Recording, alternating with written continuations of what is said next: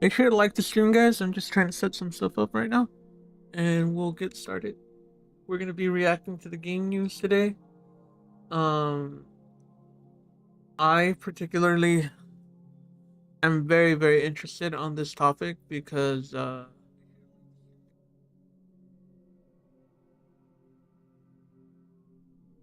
yeah, this week has been kind of crazy. Y'all been wilding out, like for reals.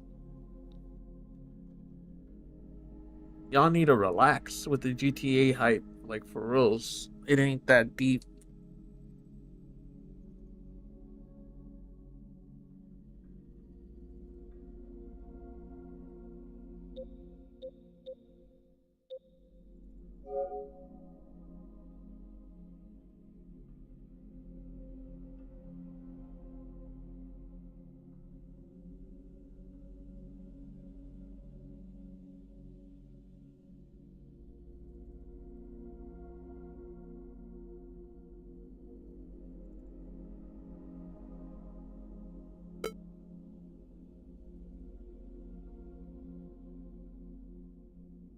Also, we're gonna be playing Palworld, so that's fun.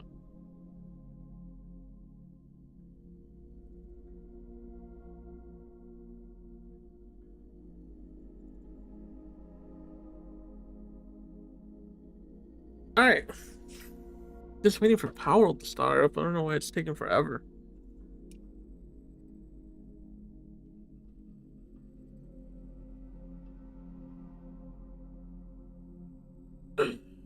Tambu Chamabu. What's going on with this? Play the game. What the hell? You better fucking start the game. What the fuck you mean you can't do it?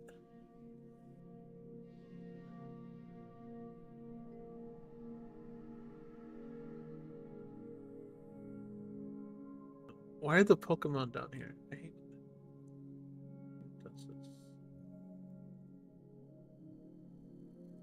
Be up here.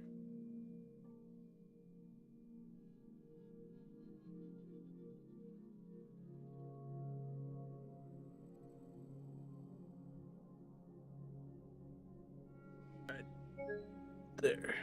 Oh my god. Okay, we're gonna have to restart the PlayStation. Bear with me, guys.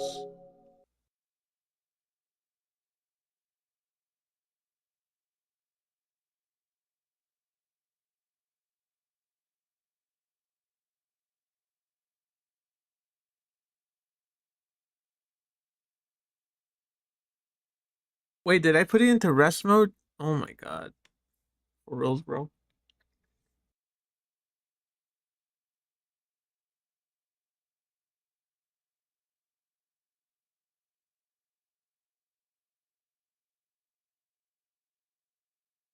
I think I'm just spoiled because the PlayStation is relatively like fast. And the fact that I'm like, this thing doesn't shut down fast enough. Because I remember when it came out, the startup is ridiculous.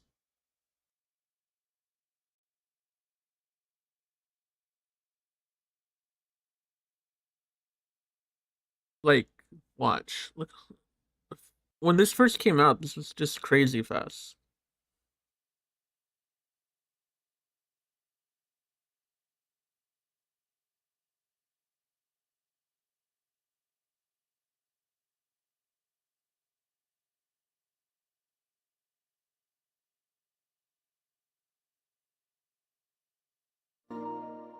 That's stupid fast. Okay. But for some reason, it's bugging out.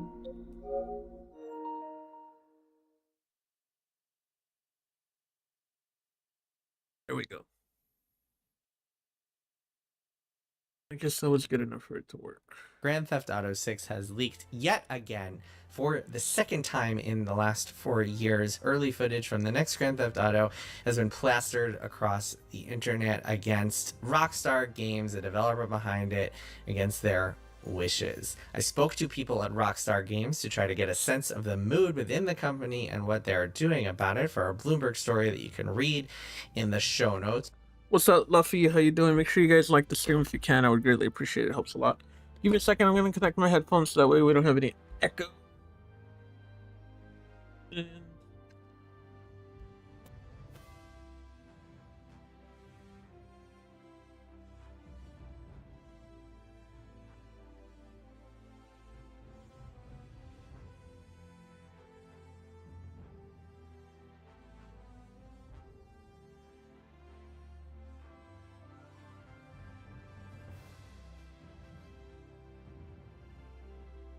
how am I? I'm doing good.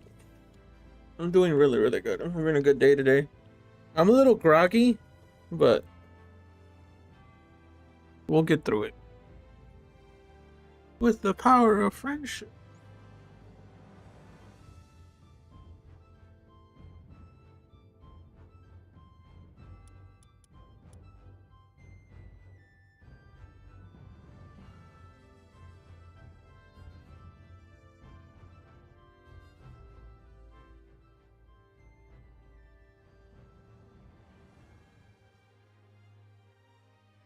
But first, let's go back in time. It's September 2022.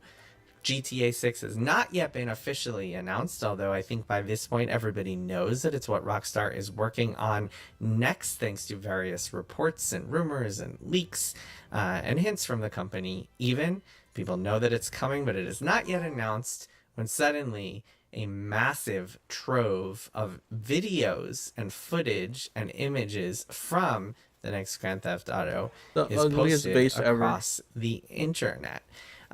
This leak has widespread repercussions on Rockstar, on the people behind it. The guy behind it, a teenager in the UK, is caught and eventually winds up being found unfit to serve at trial and is sentenced indefinitely to a hospital stay. And the leak, Rockstar addresses the leak online. They say that unfortunately footage from the next Grand Theft Auto has been leaked, and we're very frustrated by this, and we hope to show you a proper look at what we're making next time. I feel bad for Rockstar. Like, I really, really do feel bad for Rockstar that that's happening to them. Like, and I'm not gonna sit here and be like, "Whoa, that's their fault." Like, like I get it. I get where where they're coming from. Like, I understand where like, imagine that you worked on something for like years. Imagine you worked on it for years, and then all of a sudden they tell you that your project has been leaked early, and you can't you're not gonna be able to present it the way you want to. Granted, it's kind of bad, right? It's a little bad that that happened. Like, not a little bad, it's kind of super bad. But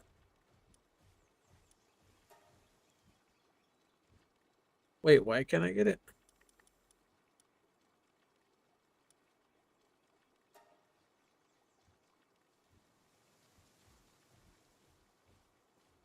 Hold on. But yeah, I really do feel bad for them. I'm not gonna lie to you. I do feel bad for them, but at the same time, it's like, I don't know what you expect people to wait as long as they have. It would be another year or so before Rockstar officially revealed the game, Grand Theft Auto 6. And as most people know, it was then delayed after being in development for a very long time. It was delayed twice more after that. It was announced in the fall of 2023, September of 2023, or end of 2023. First announced for end of 2025, and then delayed to spring of 2026, and now November 19th, 2026, which is where it has landed. But there are repercussions within Rockstar Games as a result of this leak. Namely, a couple years after it happened, in the beginning of 2024, Rockstar implemented a new policy that it is that staff across the company are going to have to go back into the office 5 days a week. Oof. Which this was kind of a big change from That hybrid sucks policies that ass. they had been adopting previously, and it caused some grumbling. But there was another part of that that actually led to even more frustration for people at Rockstar Games, which is that not only did they have to go back in 5 days a week, they also, for the most part, could not access any work tools from home or from any sort of remote location. In order to access the various kind of communication devices and tools and servers and builds that you would need to actually work on the game, you needed to be in the office. And Rockstar said that was because of security. They wanted to prevent a leak like this from happening again. But from a practical point of view, that can be a little bit frustrating, because if you want to, say, take your kid to a midday doctor's appointment and then go home with them and finish the rest of your workday at home, that became impossible. You would have to take PTO. You would have to take an off day in order to do stuff like that, which, if you have a more flexible workplace, a lot of people are able to do. Particularly challenging, by the way, if you have kids where you need to kind of rearrange your life around various pickups and drop-offs and appointments and snow days and vacation days and holidays and whatnot. So this was really frustrating for a lot of people. The 5 days of work, 5 days back to the office part, that was one thing, but the lack of remote work, that was quite another. But hey, it was in the service of preventing further leaks, which is why it's even more frustrating to see what happened this week for some of those people. All of that, all of those new protocols, all of that new security, all of that diligence, and yet the game has leaked again. So what happened this week? Starting on Tuesday, an internet hacking group or individual. I have a feeling that it's just some kid that probably got into his parents' stuff, and that's probably what the leak happened. Like they got into their parents' remote thingy-majiggy, and and that's how he was able to get into the game and hack it. Is that he probably took it from his parent. Either that, or Rockstar's a bunch of fucking idiots, and they probably released the game. They probably, how they said earlier that it leaked. They probably were like, oh, "Don't do that anymore," and they didn't fix any of the security issues. Oh my god, that would be the lamest thing ever if they did that. Going by the name Cyber Leak has started posting videos. I believe there are 6 clips as of right now from a more recent build of GTA 6, because unlike the one that happened in 2022 when the game was in pretty early development, this is a much more recent build from, I don't know, the last year or so. I'm not sure exactly when it's from. There was footage of Jason Duval, the main character, playing basketball, driving around Miami, flying a propeller plane around Miami, which is pretty astonishing to look at, I've got to say. Shooting a gun, getting into a knife fight. We saw a little bit of the gameplay mechanics that they have. And for the most part, it looked like a Grand Theft Auto game. But what was different now is that this felt like real footage that is pretty close to, if not exactly, what will be playable in a couple of months. Fair to say it's not exact, because the game is still in development and is inevitably going to change in some way or another between now and November, even if it's just polish and bug fixing, but still, pretty close. That is a big deal. That was very frustrating to Rockstar employees who were like, we did all of the security protocol for what? It was also frustrating to people who didn't get a proper reveal of their game. Undoubtedly frustrating for Netflix, because what was supposed to happen was that Rockstar was supposed to first reveal the gameplay in a big premiere that is going to be on Netflix next week on Also, August 27th and show off serves the you right game for the first time. This undercut that quite a bit. for putting it Safe behind a to say it's Netflix not going to paywall. have much of an impact really any I impact just feel on the bad for the artists, actual to be honest launch with you, of the the developers. I game. don't I feel bad don't for think Rockstar. that leaking some early gameplay footage that people were going to see anyway is going to make any difference when it comes to sales. Plus, you watch this footage, sure just looks like a GTA game, but still, pretty big deal, I think, for the people involved. So I spoke to people. I heard some frustration about the stuff I Ooh, mentioned where? earlier about the security protocols and how they didn't seem to prevent this from happening. Rockstar, according to people I've spoken to, does not yet, as of the time I'm recording this video on Friday, August 21st in the afternoon, East Coast time, Rockstar does not know who the leaker is yet. They have not identified They the will. parties responsible, and they have not identified how this happens. I've heard there are some theories floating around about which office it might have happened in, where the security breach originated, but as of right now, they have not figured out the Okay. answer to that question. But they are putting, quote unquote, all hands on deck, according to a person familiar with the company's strategy, to try to figure out how it happened, who it was, and why it happened. I think it's pretty obvious that this is a financial play because all of the footage is kind of marred with these big CyberLeak logos that include a barcode and a meme coin advertisement that will inevitably lead to the party involved making some sort of crypto money. So I guess the why Kind of smart, to of be it is honest with kind you. of answered. CyberLeak has also reportedly put up a manifesto of some sort demanding that this is basically hitting kind of like a checklist of the gripes that gamers have about physical discs and games dying and all that other stuff as part of their kind of argument in favor of putting these leaks up. As for internally at the company, there have been some communications. One top executive sent out an email saying, hey, this really sucks. Denounced the leaker responsible, tried to buoy morale a little bit, talked about how when people actually see the gameplay, they'll be super impressed, how much hard work everybody's put into it, yada yada, all the thousands of people around the globe who are working on this game. And by the way, it's still not finished. I think that important note here, it is Level August of 40. Do I have 2026. The game is enough? pretty close I to think being I finished, tried but it this the is not last time finished. and I People are died. still working on it up until the last possible moment. November 19th is when the game actually comes out. And so morale is a concern at this point because it can be frustrating to see something like this happen. So some sentiments I've heard from talking to people at Rockstar, I think there's a little bit of frustration about obviously having your work get shown in a kind of Has to be this 19-year-old kid. unofficial capacity sucks. But more than that, just having it be shown by somebody who is like not good at playing the game, and also it's just kind of got these big ugly stamps, watermarks, CyberLeak watermarks all over it. I think that can be frustrating for people who want their work to be shown in the best light possible. So that's one thing. I think it definitely could have been worse is a sentiment that I've heard. Frustration that this is happening again. Dude, Frustration Jesus. that Rockstar is Broke my a shield. constant target of this. It's interesting. There's kind of this paradoxical feeling that you have if you work at a place like Rockstar Games where you kind of you have to know that you're this target, and it feels so unfair when you're a target of something like this, but at the same time you just have to kind of accept Why isn't he that you're going to be attacking? a target when you work on what will be the biggest game in the world when it comes out in a few months. And it's just kind of like the kind of the negative lining that comes with success, the other Oh, side of it's the coin, locked. the other kind of the gross warm side of the pillow. Why is it locked? To take to go in all sorts of metaphorical directions here, where like when you're at the top, you're gonna get fired at.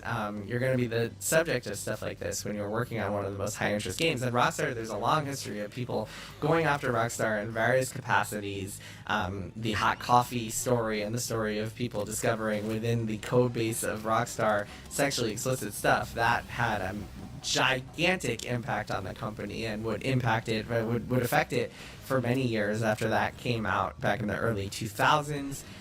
So this is a company with a history of just kind of being the subject of these sorts of breaches and hacks. People just kind of stealing discs from warehouses and trying to get leaked builds of the game online early, and so on and so forth. So that's certainly frustrating, I believe, for people there. There's, I think, people are just kind of like feeling exhausted. I mean, it was like it's a really bad time for something like this to happen, just as you're kind of heading in your final sprint and you want to see the game finished already. You want to get that work out there and get it out into the world. And yeah, at the very top of Rockstar, people are just kind of holding all sorts of meetings and doing everything they can to hunt down who is responsible for this leak, the quote unquote cyber leak. TBD if it'll happen.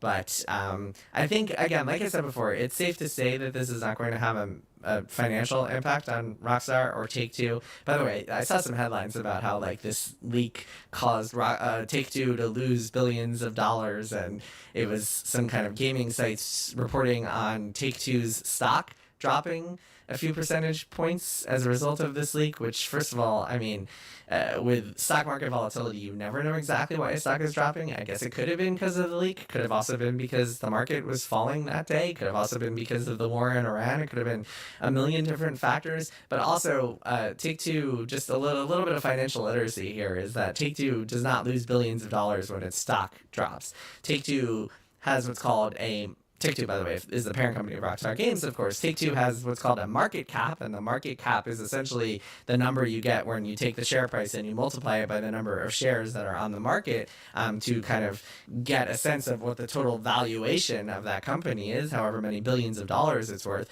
And that drops or raises every time the stock moves up or down, but that is not something that, unless you're a day trader, that is not something that is particularly relevant. What is relevant on the stock market is sustained paths. The volatility of hourly trading or day-to-day trading is really relevant to most people, and certainly irrelevant to Take-Two executives for the most part. And they certainly did not lose billions of dollars as a result of this. So put those headlines out of your mind if you saw them. But anyway, yeah, this is not going to have a major impact on the financial success or critical success of the game. It's safe to say. We'll see what happens with Netflix's Yeah. premiere next Needless week, and to we'll say, also it's see what not. happens as I think it's Cyberleak gonna make it more continues, popular. since they have not yet been caught or traced down. We'll see how much more gets released, what else they choose to do. It is still a lot of kind of. All right, that's enough. I got a little more in thoughts. Okay, I want to see what he has to say about the live service thing, because Hello, One that's Take hilarious. Schreier here. I really like the term live service initiative, Sony's live service initiative, because it makes me think of the Avengers, except instead of Nick Fury going around and recruiting superheroes to team up and fight a great evil, it is Sony executives going around recruiting studios to burn through hundreds of millions of dollars in years of their lives. This That's morning, I so reported freaking. on Bloomberg.com that Guerrilla Games, the Amsterdam-based studio responsible for franchises like Killzone That's so and rude, Horizon, but true. has rebooted Horizon Hunters Gathering, the online live service game that was released earlier this year. And their kind of tentative plan, is to scope it down, to move a bunch of people off of it, to remove the live service elements and turn it into more of a traditional co-op game. They have until the end of the year to kind of figure this out, and and there will be milestones and reviews, and we'll see if it actually ever gets off the ground or if it is quietly canceled. This happened because of negative playtest feedback. The game had been getting playtests throughout this year. There was one, I believe, in February, another one in May, and in June they looked at the scores and they said, this isn't working, we need to figure things out. And this week they had a big meeting where they talked about what is happening and reassigned some people, and are kind of scrambling as they figure out what happens next. And this is just the latest example of a PlayStation studio failing to come up with a live service game, in large part because PlayStation has spent the last few years trying to fit their single player focused studios into multiplayer games to very little success. So let's start from the beginning, and I'm going to tell you the story of PlayStation's failed live service initiative.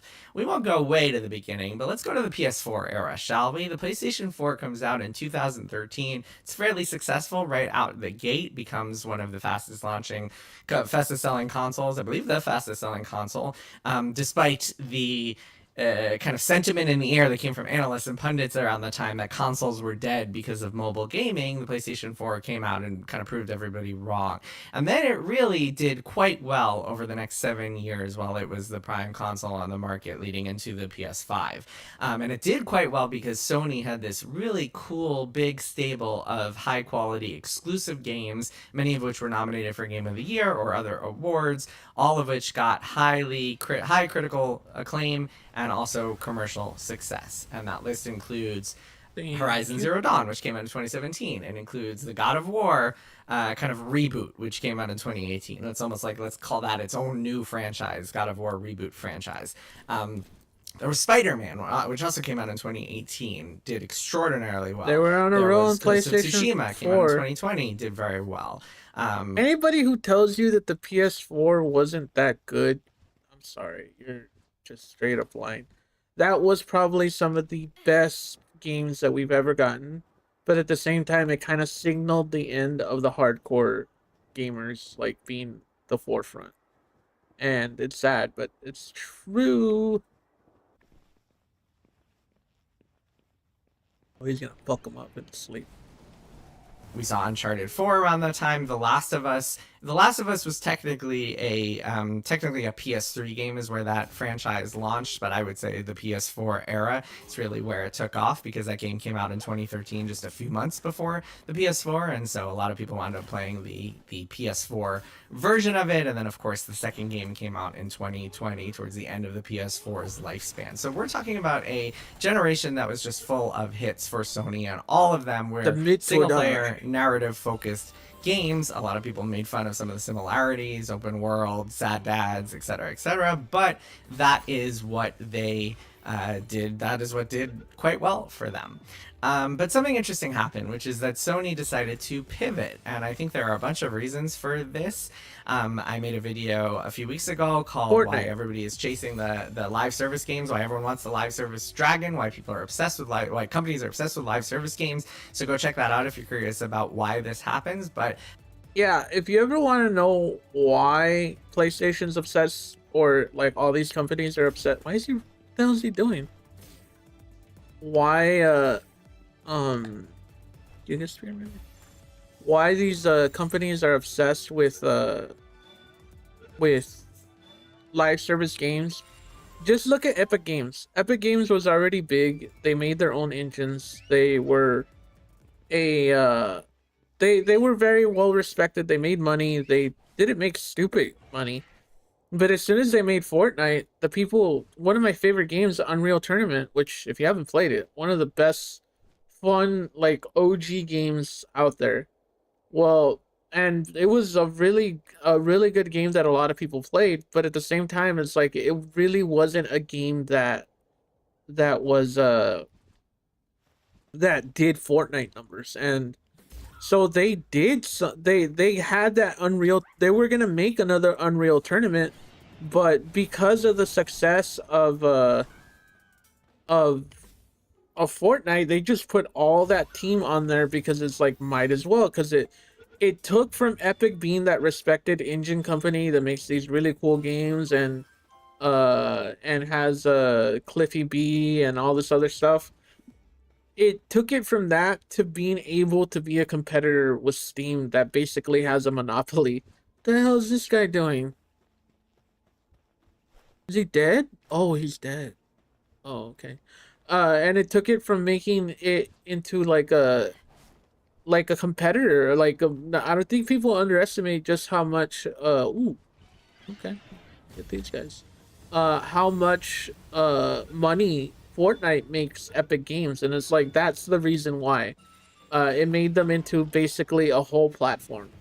And yeah, they have movie nights, they have rappers, they have like, dude, like it is no joke that entire Fortnite's no joke, and it makes everybody booty blind, and I don't blame them because I would want Fortnite money too. But you can't make Fortnite by forcing it. Fortnite was made by people who love making shooters like Unreal Tournament, and they moved over to Fortnite, and that's why it's successful. The people, the talent, and the passion is what makes the game successful. At a certain point, Sony decided, hey, we are going to double down on live service. What is live service? Live service is essentially a game, usually online, but doesn't necessarily have to be online. But essentially, it is a game that is designed for recurring revenue. In other words, you put out the game, whether it's free to play or sold as a box product and you buy it, you put out the game, and then it has some sort of recurring spend, some sort of monetization, some sort of microtransactions that are built in to get people to keep spending money on the game over time, over months, even years after it comes out. And this is they're designed in a way to support ongoing content, because the idea is we keep people playing and they will keep spending money on this thing. And there are all sorts of examples of live service games. There's the obvious big ones like the Fortnites and Robloxes of the world. Roblox is kind of a platform, so that's almost a different category. But let's say the Fortnites and, I don't know, the Minecrafts of the world. There's the kind of running online, almost MMO type live service games, Warcraft, Destiny. There's also games that are just kind of traditionally sold, but then have ongoing microtransactions like NBA 2K or even Helldivers too, which we'll get into in a sec. So Sony went around and said, hey, we want to do this. We want to have, the quote was, we want to have at least a dozen live service games shipping by, I believe they said it at the time, this was like 2020 or 2021, they said by 2025 or 2026, we want to have a dozen live service games out and running. This is because live service games make a lot of money when they're successful. Unfortunately, there's some downsides to this strategy. Live service games are very difficult to make. They are expensive to make. They sometimes fail to resonate with players, and some of them do. Some of them players really enjoy, but a lot of them just fail to crack the market because it's a very oversaturated market, and you're fighting for this player base that probably already has their favorite live service games. Most importantly, it's really difficult for a studio that has kind of spent a decade building the know-how and pipelines and chemistry to make single-player games. It is really hard to suddenly have them turn on a dime and make a multiplayer game, especially a multiplayer live service game that requires this just kind of stream of ongoing content. And that is the most difficult part of making these games, is that once you come out with them, you have to have this roadmap that is extremely intense and requires a lot of work and a lot of planning and a lot of time and a lot of money to map out future content to get people continuously engaged with your game, because studios are it's a treadmill. Once you start it, it's launching isn't the end. Launching is the beginning. You have to keep players engaged. Otherwise, you are not seeing the returns that you want to with one of these live service games. So needless to say, that initiative did not work out. I made a little list of just some of the live service games that we've seen. This might not be all of them. I think there are some that maybe the world doesn't quite know about yet, but just even just going through this list, I think tells you a lot about how things have gone. So I mentioned Horizon. So Guerrilla Games, they came out with Horizon Forbidden West in 2022. That was the sequel to Zero Dawn. And then rather than going on to a Horizon 3, most of the studio then went on to what would be called Horizon Hunter's Gathering, announced this year and now rebooted, as I reported today on Bloomberg. Again, check out the story in the show notes. Horizon 3, by the way, they have a small team, I believe, working on it. There's some people, I don't know how many or what the state of that is, but that is a game that is years away if it comes. There was a God of War live service game, which was an initiative done at Blue Point, the studio that was dumbest very fucking well thing known ever. for You have the best remaking old games company on the planet. And their biggest hits was Shadow of the Colossus, and then they made a Demon Soul remake in 2020 that came alongside the PS5 and was very well received. After that, they went on to help Sony Santa Monica, the maker of God of War, with God of War Ragnarok, and spent a bunch of time working on that. And after the development of that game, they kicked off this project that was going to be an online multiplayer live service God of War game involving Atreus in some way. You would like descend into Hades as Atreus. I don't remember all the specifics or exactly how it would work, but essentially it was designed for many players, so I guess they could do their own kind of custom versions of Atreus or like aspects of Atreus. I'm not 100% sure how it would work, but that game did not pan out because, again, you have this problem of the studio that is really, really good at one thing, remastering offering games, and doesn't have really a robust and experienced and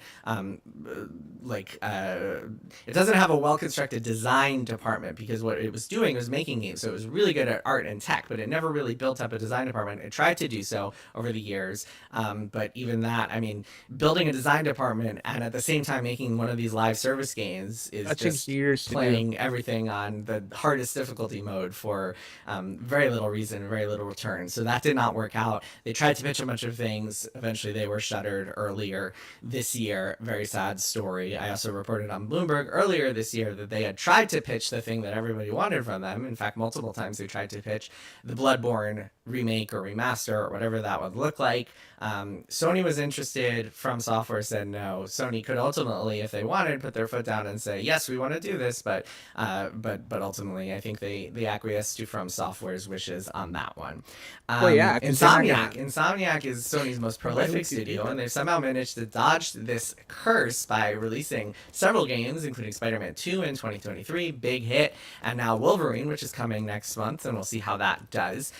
So they're They've one of the gone studios against that the has curse actually 'cause they're avoided the making curse games of that not they like. releasing anything in the PS5 Why is era. nobody in the But chat? even they 'Cause took a live my service chat's dead, that's initiative. why. They Rest were in peace, visited by someone. the Nick Fury of PlayStation, doing a Spider-Man multiplayer game. It didn't get very far, and they didn't spend a ton of resources on it. They didn't put a ton of money or time into it, which is why they have been able to release multiple games this generation. Yeah, Narc. But still, they Yeah. tried Spider-Man multiplayer. I think that sort of thing is always going to be hard to pull off any sort of kind of multiplayer superhero game, because if you play Spider-Man, you know that this is a game built around having a single superhero surrounded by thugs during combat, and translating that to multiplayer is very, very difficult.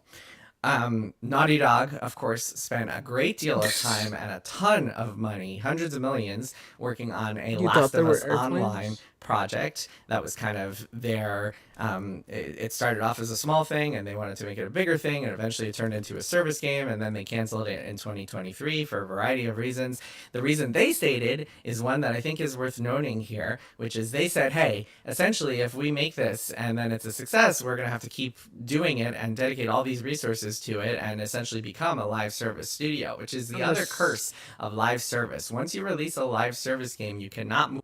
The sad thing is that from what I hear, the live service game that they were gonna make, that they were offering, was really good. It was a really good game. It's just they didn't wanna deal with it. Which, hey, Move I on to the respect it. next thing. And a lot of companies wind up getting trapped in the live service game and have to put aside or divert resources from their biggest projects. For example, Epic Games.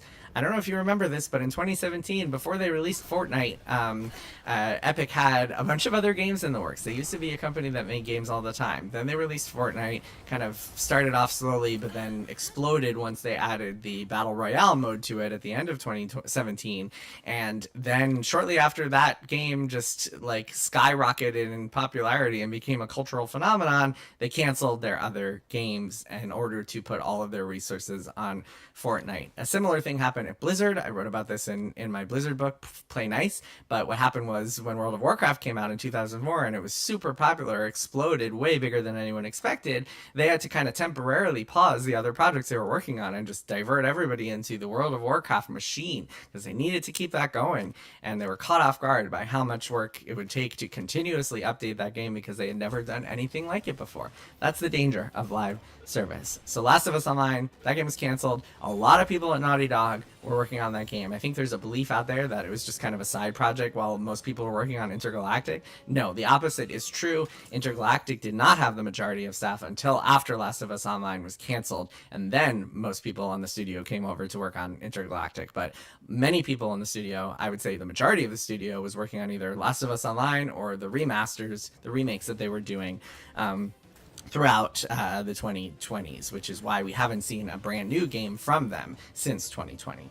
Sony Bend. Sony Bend is the Oregon-based studio behind Days Gone, and they, after Days Gone, had all sorts of issues, lost leadership. Anubis, can you Were come trying to and get a whoop his sequel off ass? the What ground are that you didn't doing over happen. there, bro? Eventually, they got to the point where they were working on this new IP that was also We going to just be a live chilling over there service while I was game getting my until that was ass canceled kicked. at the same time as Blue Points was in 2025. Now Bend is working on something else. They have fortunately been are surviving and have a chance to work on something else. I think we'll see that at some point in the next year or two. Hopefully, it doesn't get canceled. Bungie. Sony bought Bungie in 2022 for $3.6 billion. And they bought Bungie in Billion part with a because B. Bungie was a live service expert, and Bungie at least portrayed itself as a live service expert, and they thought that that expertise could be translated not only within Bungie, but to their other projects. And as part of that acquisition, Bungie also had a whole bunch of other live service games in the works that Sony wanted to see come out in the subsequent years, in addition to, of course, Destiny 2, which is Bungie's big Probably ongoing mining. project. But for a variety of reasons that I will get into in a story Make sure you guys like the comments so we can. most of Make those sure you projects guys fell like apart. the I stream believe so there we were can get 5 some or 6 different trolls. Cause Tiffany likes trolls. Just saying. Did you just literally follow me, Tiffany? You're literally my girlfriend. And you just followed me. projects that were happening. Some of them did come out. Destiny Rising, the mobile game, came out. Was not quite what people hoped it would be. Marathon came out earlier this year to underwhelming sales, and to this day, the player count has just gone down and down, unfortunately for Bungie. So that was not quite the live service success that they had hoped. And of course, Destiny 2 itself was taken offline this year as Bungie laid off hundreds of staff alongside that. Not so offline, that acquisition did not pay off the way that Sony helped it would. They kind of. There's some others. There's Deviation, which was working on a shooter game. I'm not sure. I would take this back. I'm not 100% sure if this was a live service game. I don't remember. I've heard a little bit about it, but I don't remember if it was designed as a live service game. It had some multiplayer for sure. It was made by ex-Call of Duty people, but I don't remember if it was designed to be live service or something where like they would make it and then go on to a sequel right away. So I'm not sure if this belongs on this list, but there are a few others. I mean, Twisted Metal, that Fire Sprite was making.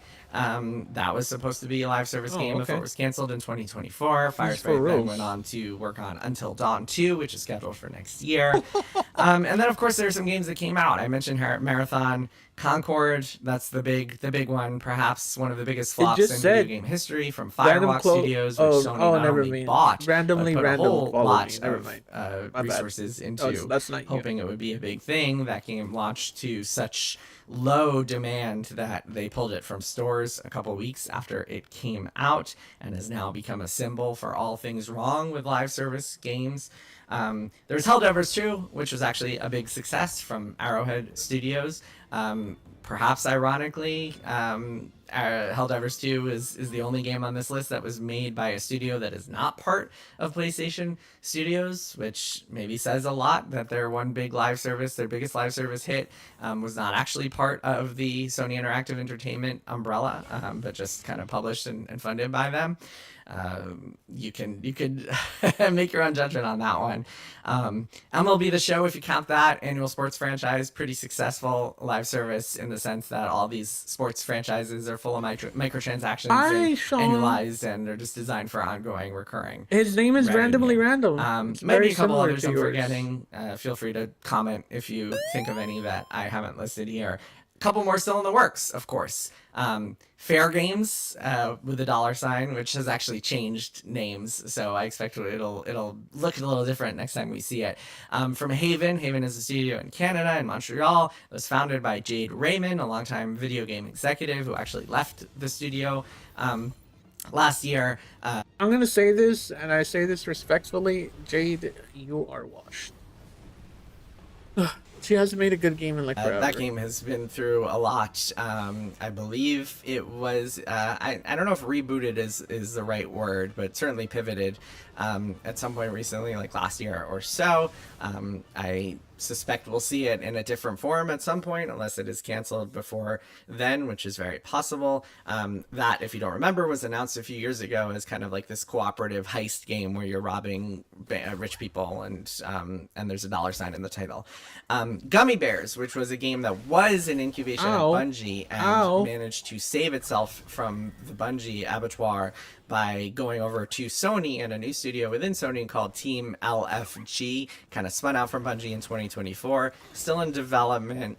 We'll You're see like, what happens with that one. That is a game that is, they describe it as a frog type game. Very curious to see what happens there. And yeah, man, I mean, it's hard to argue that this live service initiative has been a success for Sony.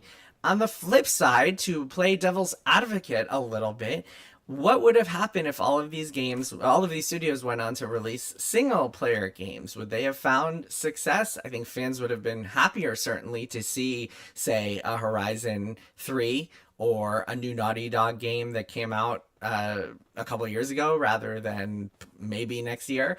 So I think fans would have appreciated that, but the expenses for these games, the budgets of these games have grown so high, have grown exponentially from the kind of 20 to 50 million dollar range 15 years ago to the 200 to 500 million dollar range today, that I don't know how much commercial success Sony could actually find from a lot of these. So it's really it's hard to know how things would have turned out if they hadn't pursued this live thank service you. initiative. That said, I mean, it's this went about as poorly as it could have for Sony and PlayStation and Horizon. Today's news is just yet another example of that in action. All right, folks, I will see you all next time.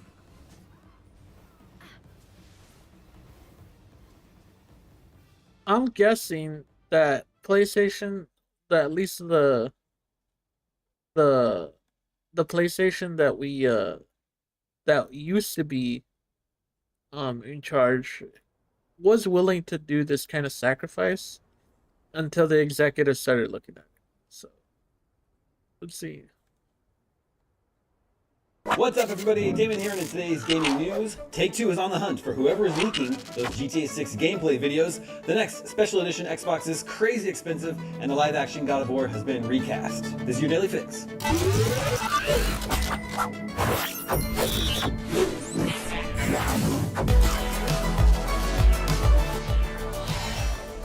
Take-Two has issued a subpoena in a federal court requesting information from both Microsoft and Discord as it hunts the leaker or leakers behind the recent spate of GTA 6 gameplay videos. First reported by Kotaku, the Rockstar Games parent company issued the request yesterday, August 20th, in the New York Southern District Court as part of a Digital Millennium Copyright Act subpoena. It wants information and records relating to the CyberLeak account, which is allegedly behind the GTA 6 leaks. The subpoena requests identifying information associated with all user accounts that were members of a number of Discord servers. Take-Two wants all internal Microsoft business and investigative records associated with its own internal investigation of CyberLeak as well, and calls for any GTA, Rockstar, or CyberLeak content from the Discord members' OneDrive accounts. One of the Discord servers mentioned in the filing is the Dark Viper AU editor server. Dark Viper AU is the online name of Australian GTA content creator Matthew Matt Judge, who has 2.27 million subscribers on YouTube. Judge has published detailed breakdowns of the leaked GTA 6 videos this week. The subpoena has emerged even as the leaker continues to release GTA 6 gameplay videos. Today, the leak stretched into a fourth consecutive day after yet another gameplay video hit the internet. It's the sixth apparent GTA 6 gameplay video that is leaked onto the internet this week, and neither Rockstar nor Take-Two has issued any statement on the matter. IGN has asked both for comment. Moving on, pricing details for Microsoft's Special Edition 25th Anniversary Xbox Series X have leaked online, and the translucent green console is just as expensive as we had feared. The ever-reliable Bill Kuhn from Deal Labs has now revealed that the console will cost an eye-watering £900, which typically translates to the same $900 price point in the US. A release date has also been uncovered, November 27th, which lines up nicely with Black Friday. Xbox is expected to make its Special Edition 25th Anniversary Xbox Series X pricing and availability official next week at Gamescom. Stand by for official confirmation then, and much more from the show here on IGN. And finally today, Dave Bautista has officially replaced Ryan Hurst as Kratos in the live-action God of War series at Amazon. The best news I've heard literally all day. I think that Bautista was the best choice in the beginning. I'm not sure why they went with Ryan Hurst. Like, even though I don't think he's a bad actor, I just don't think they should have been that hasty. Because I think he would been he already played Thor. Why wouldn't you just use Thor? Use him as Thor. Like, it's just stupid. Anyways, that's my TED talk. This news doesn't come as a huge surprise. Reports surfaced that Bautista was in talks to join the project earlier this month. Hurst was in the middle of filming a stunt for the series when he tore his bicep. The injury was severe, and his lengthy recovery timeline would have thrown a major wrench in production, prompting the studio to recast the role rather than wait for him to heal. It didn't take long for them to find their new Kratos, and fans of the series are already praising this casting choice, though many are noting that the actor, who famously dropped 75 pounds in late 2024, will likely need to bulk up to his Drax the Destroyer bod again. Prime Video's God of War series will reportedly restart production in October, with prep beginning this month. You're a bat, Tiffany. That's so And fitting. that's your Daily Fix for Friday, August 21st. Now that you're caught up on the news, watch this week's...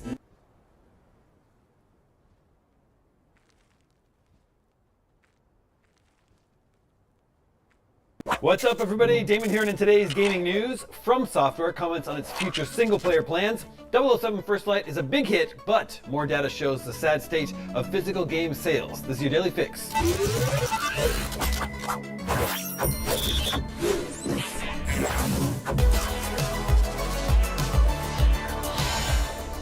Developer From Software is gearing up for the Dustbloods with a network test. Coming off its most recent game, Elden Ring Night Reign, which is a cooperative multiplayer experience, and now PvPvE with the Dustbloods, you might be wondering if the studio has another single-player game lined up. Rest assured, FromSoft isn't putting all its eggs into the multiplayer basket. As part of an interview we had with From Software president and the Dustbloods director, Hidetaka Miyazaki, we asked if doing back-to-back multiplayer games was indicative of the direction the team is going. He reassured us that From Software is not done making single-player games. He said, "We still have a heavy focus on single-player content as well. This is just something that happened to work out the way it did."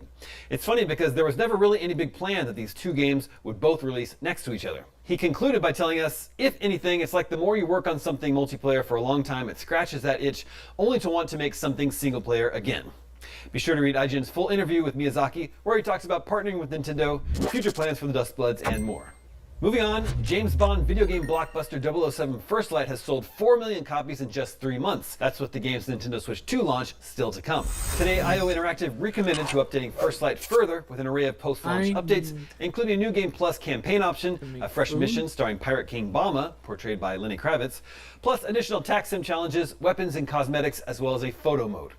A sequel hasn't been announced yet, but seems inevitable. What else is IO working on? Well, last month, it was forced to scale back work on its under-wraps fantasy RPG, codenamed Project Dragon, which have been partly funded by cash from Xbox. Weird. Has its own I've problems never that we seen all that know about. Pokemon before. And speaking of video game sales, new data shows that physical software dollar sales plunged to an all-time July low of $85 million in the US. That's the worst total since tracking began in 1995.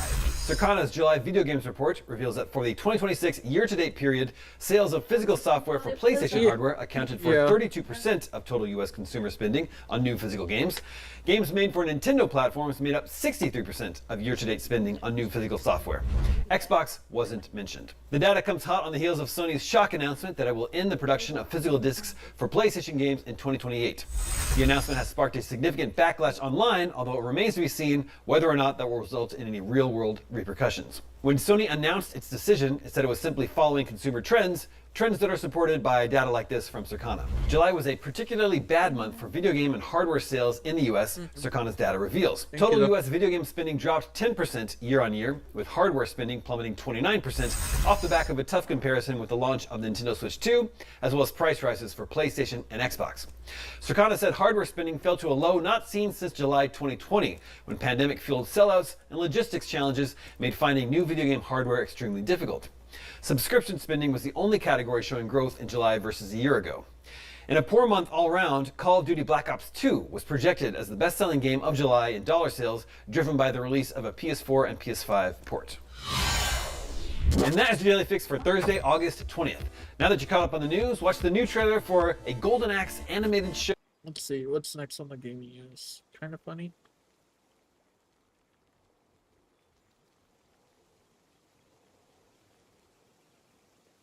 Plus free shipping with code KINDAFUNNY at order. I said an order. I said 1,000 miles, Yeah. then I said White Houses, then I said Ordinary Day. Okay. But What's number 4 though? Well, number 4 technically is number 2. It's the second version. It's a lot deeper than just 1,000 miles, everybody. Can't Yeah. shoot a 3 Fucking What are our top 5 songs on Spotify? White right now? Houses. Different versions of 1,000 miles. Give me your top 3 most popular songs on Spotify. Damn, I thought it was White Horses. In order?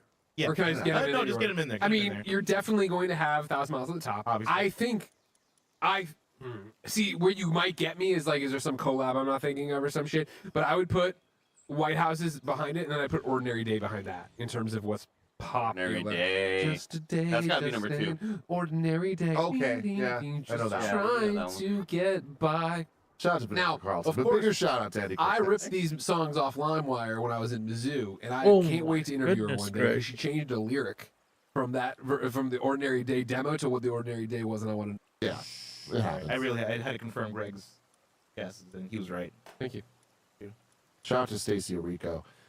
We're doing What's going our on? Gamescom 2026 predictions. Each one of us has brought 3 predictions to the table for this Gamescom. What will be there at opening night live? What will Joker's Jeff just Keighley chill. have to show at the first ever sold out Gamescom? Everybody Big has deal. a cute little Big con. Pokemon. First one? First one ever sell out. Ripta has some Alright. weird I ass would've looking assumed they Pokemon, also- but I don't I'll know. take it. I would have too. Apparently not. Because there's a lot of people there, Andy. We know that. But not only are they sold out, there's more publishers and developers and kiosks and stages and It's things. the return. happening We're at coming this back. Gamescom. Yeah. This seems like there's a lot going on. How many stands are university people trying to get you to learn AI? Oh man. Like, there's got to be There's like gonna be a lot. recruiters. You Have know you, what I have mean? you walked into GDC? Like gone to the actual? No, Because let me tell you, they're there. it's 80% like They're that. there. Yeah, Trying to sell you AI. Yeah. Andy, how many E3s did you do? one. One. Okay. That's fucking- Which one was it? Was it 2019? 2018, I believe. 18? Okay. The Cyberpunk one.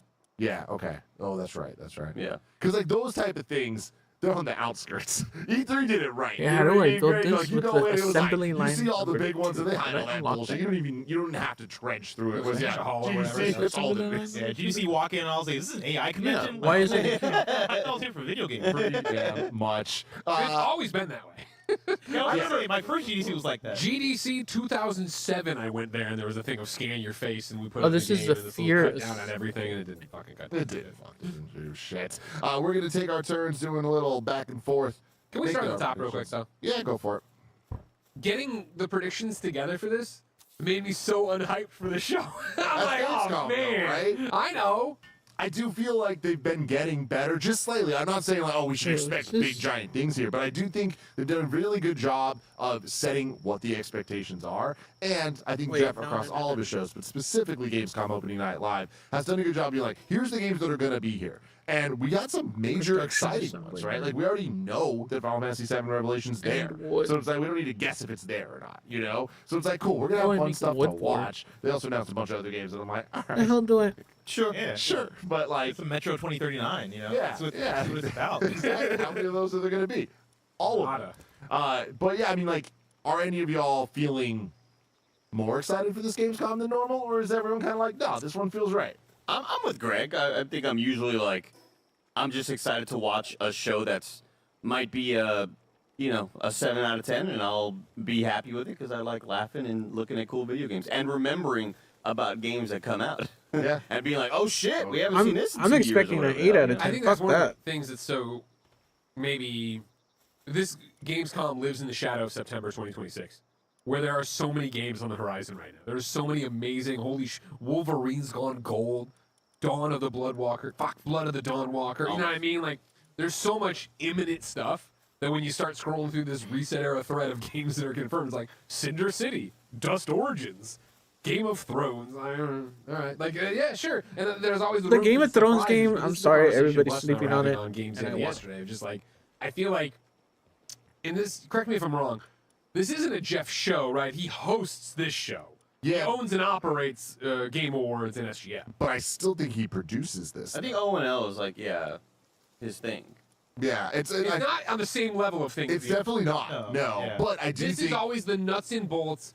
This is the blue collar show. These are the games that are actually getting things done. Let's talk about DLCs. Let's talk about DLCs, updates. I think, is a big thing, but also there's the reality that this Forgot is how to the build only something. of the shows that have the immediate like playable demo from the public, right? These are So like it's the local and midterm elections. You know what I mean? This show matters. Yeah. These announcements matter. It's just like the midterm Yeah. and local elections. But they're just not the ones that get you out to the polling booth. Yeah. Huh? But having said all that, I do think that this year is kind of more unique just because there are so many games that have either come out that we're expecting DLC for, or that the year is so filled out with like this is one of the last major chances you have so many eyes on this and maybe even playable hands on this to talk about some of the fall games that like I feel like there's a chance here that we get some pretty exciting news updates just because it's not really a better spot for them to fit before the end of the year.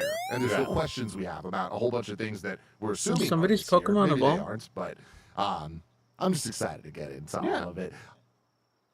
I feel like compared to other shows, compared to Game Awards specifically and Summer Game Fest, I feel like Opening Night Live in a weird way is the video game show for like video game nerds. Like if you're a little bit more nerdy about like, oh no, I want the deeper cut updates, because when we talk about the big companies, they're usually there. You can usually expect something from PlayStation there, right? Like last year, we got a Ghost of Yotei trailer where they teased Ghost of Yotei Legends. I believe years before that, we've gotten updates on like controllers and shit like that. And Yeah. I think usually if you look at the different bigger companies, they have something, even though it's like we're talking about more so updates and stuff like that. But like, for me, I think because we're well calibrated and know what level to expect from this, I am kind of excited to just like sit back, relax, and just get more information. Maybe get some pizza. You know. Yeah. PlayStation's not there this year. I put in quotes in the way that Nintendo and Xbox are. PlayStation's officially said Okay, they are guys, not at everyone wants to GameStop. That be doesn't mean they're not And part she's gonna of. delete one of my That predictions. doesn't mean they're not part of Keely's show. You know. Oh, But, sure. But they are not. They do not have a presence at Hey, what the Gamescom fuck? I itself, didn't whereas know I could do Xbox that. and Wait. Nintendo both do. What happened? Isn't So- that weird though?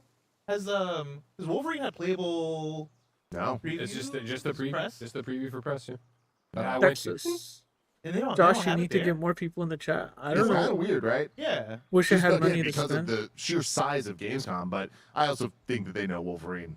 I mean, that's Like, Have you right? looked at They- Rockstar they stocks? already I have the a audience, feeling I think. I don't It's think they're a gonna great convince time to buy stock many after more the release of people GTA. to That stock be like, is well, gonna now's the triple. time. I wasn't Happen interested, with but dude. now You I should am. do it. I'm not. I I can't wanna do it, start but you with should do Andy it. Cortez. And I only Let's give mentioned him stocks because of the the jump off.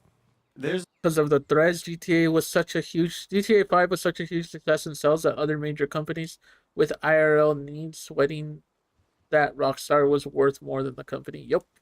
there's a rumored sequel to an Xbox game that is not what everybody thinks it's gonna be.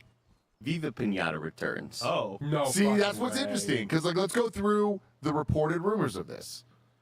An Xbox revival will happen at this Gamescom opening night live, but it is not retro. That's what they were saying. Have you guys seen the game that they're saying? No. They're saying it's Rise, Son of Rome 2. I'm not joking. No way. We're gonna get a new Y'all didn't screenshot. see this? Maybe I got punked. Maybe like somebody is tricking me on the internet. Chat, correct me if I'm way off. But I could have sworn that people were like the Xbox fan base on Twitter was saying, "Yeah, Rise, Son of 2, Rise, Son of Rome 2." Thank you, Rise, Son of Shauna. 2, Rise 2. Make sure you They're pin that definitely if you getting can.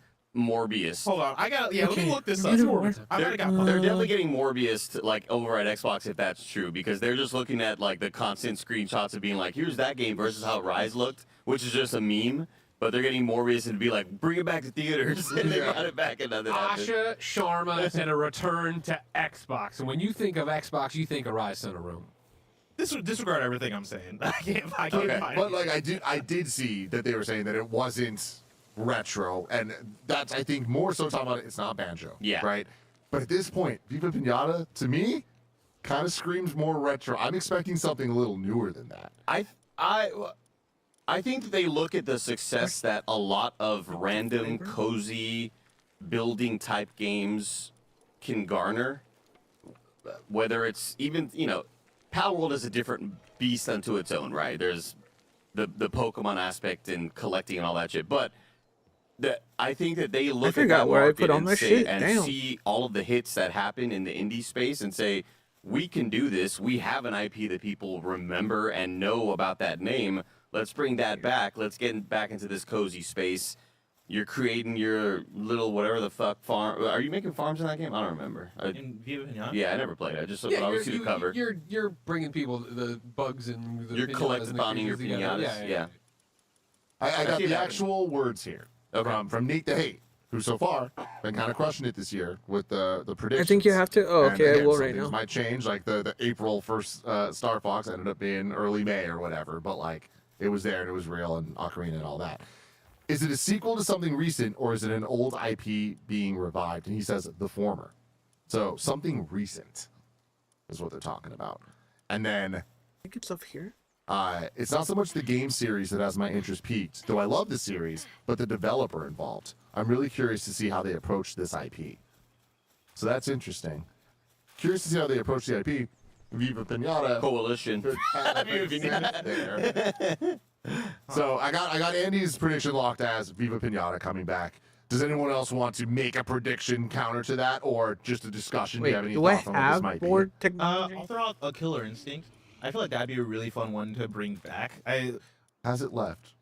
Killer Instinct? Oh, 100%, yeah. Yeah? I didn't think I mean, I it'd feel be like. gone. When was the last update for that, though? I feel like it hasn't been gone that It long. must have been years at this point. I never played Killer Instinct. I would How have. come I This could can't be the remember? pandemic effect, Tim, where Yeah, like. I mean, I know swear the it's last been update gone. was 2 I years know it's ago, been gone for years. but it was like 7 or 6 Yeah. years ago. Yeah, like I'm sure it must have been like 6 years or something. Again, correct me if I'm wrong about that. Oh, I need technology points. But, All right, like, we gotta I go think it's an kill IP guys. that is generally liked. I know Killer Instinct has a fan base. Maybe it's not the biggest fan base in the world, but it's a passionate fan base. You know, we always say like there's never been a better time to bring back. I feel like that's not the case here. I genuinely hope it's not Killer. Like there's been better times to bring back Killer Instinct. That would be worst case scenario for me, not only from an excitement perspective, but like here's another fighting game that's going to go out there It's and just not gonna work. I mean, yeah, here in the shadow now of the death of 2XKO, right?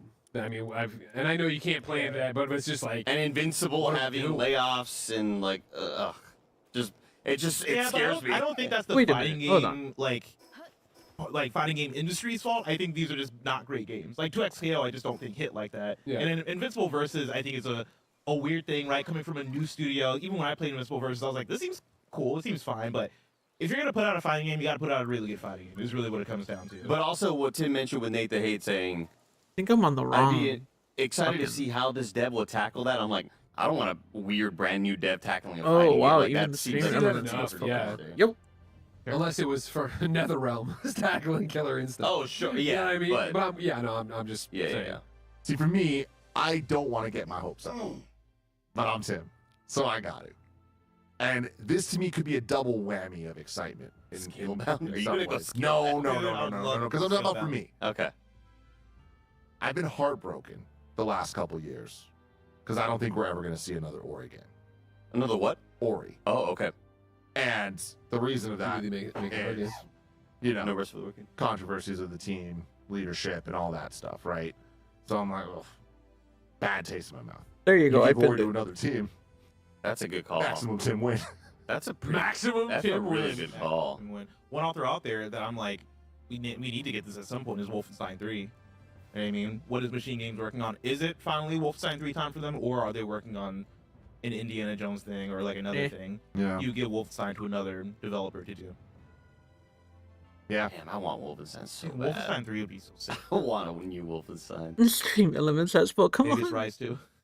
Shit. You imagine. I don't know what Twitter account got me, but they got me good. Rise I believed 2, it. get up. All right. Rise to a higher Let's level. go Looking at Rise the chat here, we got a couple people. things. Deathloop 2.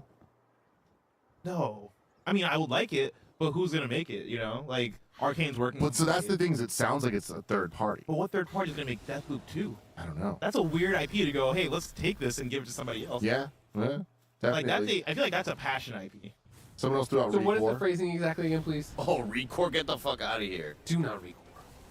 Do not do it, Asha. We want Recore.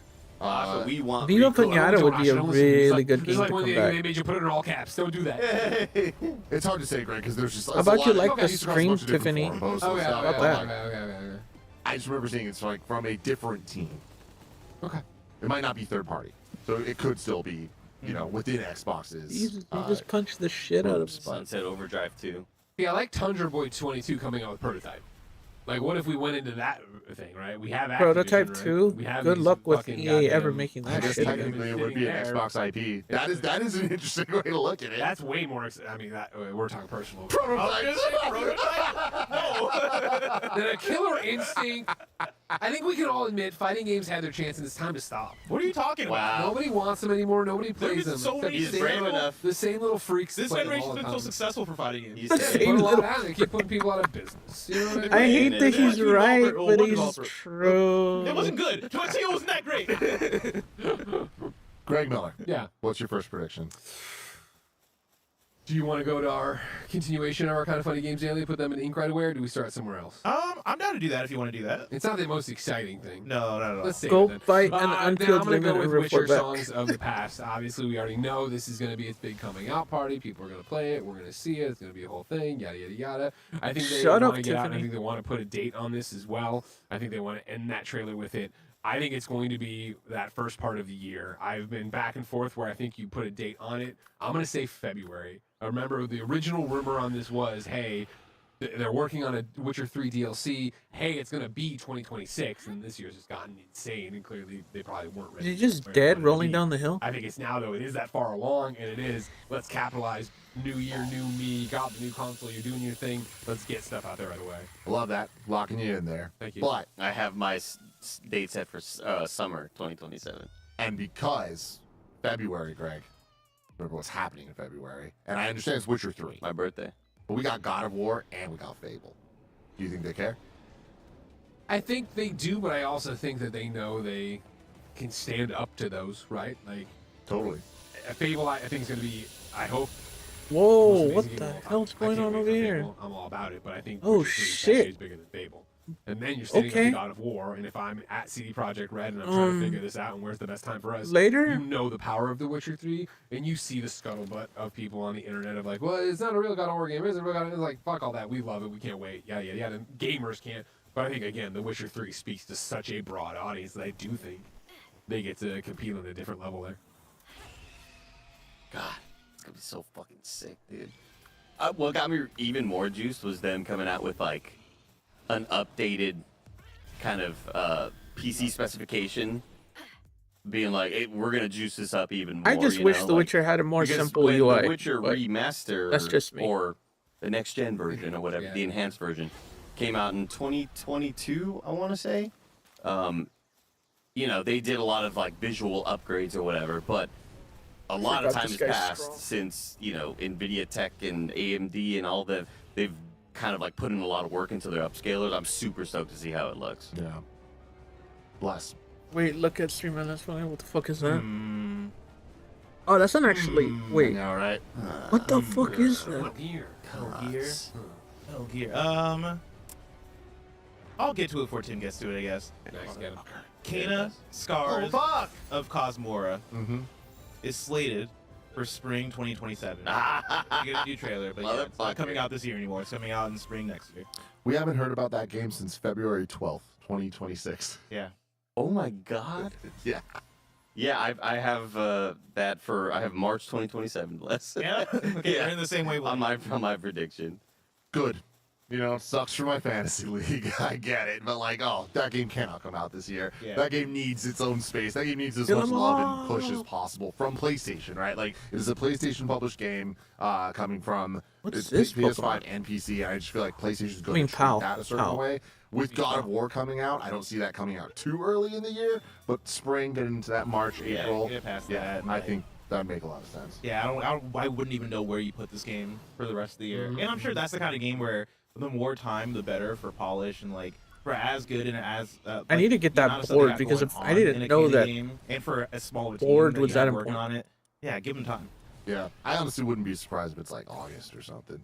Just Am I because missing that's anything what else you're saying. stupid Yeah, like that? Like, because remember, Kingdom the first time got delayed a bunch of times. It felt like Dude. maybe little delays, but like, Yeah, I mean, I wouldn't be mad at it. It's just one of those ones of like, damn, y'all announced this in February yeah, for this with the year. Yeah. Oh, they must feel so silly.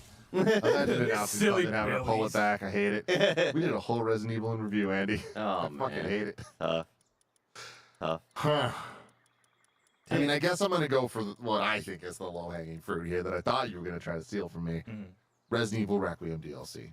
Yeah. Oh, that's And fun. I am not confident because at Gamescom, I'm not sure, but DLC stuff there could make sense. I think the bigger thing is, I imagine it's this year. That's a weird looking Like, Pokemon. I don't think that they said they're doing like a, major story piece for Requiem, and they're going to want to get that second life back towards the end of the year, getting into the Game Awards and all that. I imagine it's 2026. Where else do you talk about it? And they could just, at any day, just tweet it out. But, like, they announced Veronica at Summer Game Fest, so I feel like the relationship with Jeff is there. They understand what they got. So yeah, I'm going Resident Evil Requiem DLC to add more to that. It'll get a date, and it'll be Ada Wong. Do you want? Oh, okay. Because I was gonna say an extra tip of the hat. Are we playing as like Chris Redfield? No, I think they go Ada. Okay. Isn't it crazy? His whole army had the same little fur collars on their That's so jackets. fun. What a fun time. What a good time. What a signature to have. Like as soon as that popped up, I was like, oh my god, they have the same fur collars. We need that for kind of funny. Like Tim, figure out what what is your thing that you're gonna give to the rest of To us. everybody. I like Little that. chains. I like that. I like that. Oh yeah, let's have the chance. Look at him go. Such a I good boy. Go for it. everything you said makes perfect sense. And Veronica, is it dated for next year? It's spring. And that's the thing, right? You want this out before then. You don't want to step on that. So, but it's just like, man. By the way, your I phone feel got like you're sending notification. that I heard the DLC to notification die through the soon. screen. Maybe in Text me to October see if for Yoshi the comes Halloween out. Scaries and a quieter month, and it is before GTA. The thing about the setting it out to die, I don't think. Okay, I now don't know if you're Resident a Evil can weird. be sent out to die. No, you've like, stayed a I'll weird I'll back to life. can be. Pokemon. But that's the thing. The DLC, I don't think it has a chance to really live Yeah, that's the in that thing. way. Yeah. I think it being sent out to die. Like, it's the people that are going to want to play it are going to play it. I don't think it's going to win people over otherwise, right? yeah. So I feel like I think it is being developed as a way to remind people how good 9 is, right? Yeah. And like to make them love it even more, and to just get more sales. Like they treat their DLC like Game of the Year editions, or like all of that. So I'm not saying You it's think they'll all sell like just. a bundle or something like that? Like Oh, I'm sure it's Capcom, really right? cool Yeah. sale on it or whatever. Totally. So I think that it is put out as a way to get even more RE9 sales, and that game's doing spectacularly. So I think that this is more a marketing beat than it is a play to like get as many people as possible playing Yeah. the DLC. I think love they want playing. people playing 9. I love playing all like the main Resident Evil games. I don't think I've ever played a Resident Evil DLC, and that's because they always sneak out at the worst times. I feel like it's kind of tradition for them to be like, yeah, just put it out because to your point, yeah, the sickos are gonna play it. The people that are super into it are gonna play it, but I don't think they have like the idea. I don't think of, so. oh, yeah, Did we you want hear this it? to hit Because I didn't hear that same anything. number. We want the attachment rate to be like that high. Yeah. Oh for wait, this these are DLC for for the X. actual game. Andy, let's get back to you with your number 2. Number two. That's kind of boring. I think we get a sequel trailer announcement for Lies of P 2. Oh man. I don't know what it's called, Yeah, you do. what it looks like. Well, I don't know. Lies I of don't know. P2 with That would have been my prediction. I think it like we finally get the damn thing. I don't know. I think it's just like a purely cinematic. It's not even like a gameplay type thing. It will likely just be, cinematic cutscene with a year. Maybe legitimately maybe it's 2028. I don't know. We'll just get like an announcement. It's happening. We're doing it. Lies of P. It's happening. Best Souls-like of all time. Not from Soft. God, they're just so good at what they do, man. I feel like it's too my sick. Palworld is Too simple as low heck. of Haven't it. left You the need green to area explain. yet. I can't. That's too spoilery. Look at that. But, Look I mean, at are this you getting shit. to the What do This you is the mean most it's too messy, spoilery? complicated. They're gonna announce the name in 3 days and it won't be spoilery. But if they don't announce the name, then it's Yeah. spoilery. They're announcing the name at some point. But if it's not named that, Yeah. Oh my God, get off! None of you are gonna play Lies of P. No, nobody's sitting there right now like I'm getting really close to the end of Lies of P came right out on now. Switch 2, like 2 weeks ago. That nobody's playing it Do you there. need a though. Snickers? What's wrong with you right I'm now? just letting you know, Lies of P on Switch. Who's this fucking I hate Lies fighting on games? P is just on Switch is just like the fighting game community. It's dead. It's dead. It's What did it fucking say I box needed? office poison. Box office poison. Say the fucking name. Lies of P2. You committed to Lies of P2. No.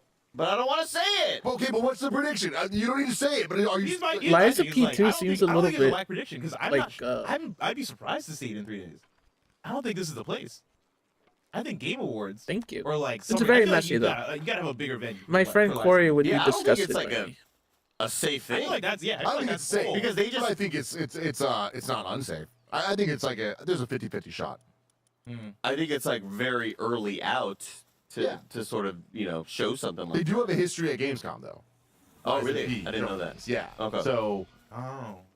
but I do think they've graduated from that. Yeah. But I also think that Gamescom has in that time gotten a little bigger, so they'll get. Where's some my replacement bird? and all that stuff. It's still starring Pinocchio.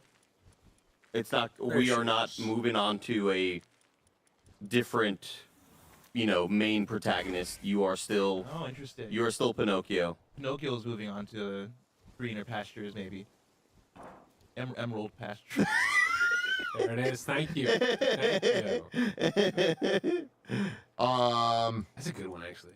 Thank you. Liza, I'm gonna spoil it. Too bad, everybody get out of the way. Or I'm doing it. The way, do you know the ending of Liza P? Yeah, I remember Oh. you guys told me that. That's a really cool ending. It is really cool ending. Yeah, I would do Liza P: Emerald City. I like that. I like that. No. What do you call it? That's weird spoiler tips. It's Liza Voss. It's Liza Voss. Oh, Oh, that's That is that's accurate. better than what I was gonna go. come here. Love you. I'm gonna order us a pizza. Thank you. Those predictions were made, and I.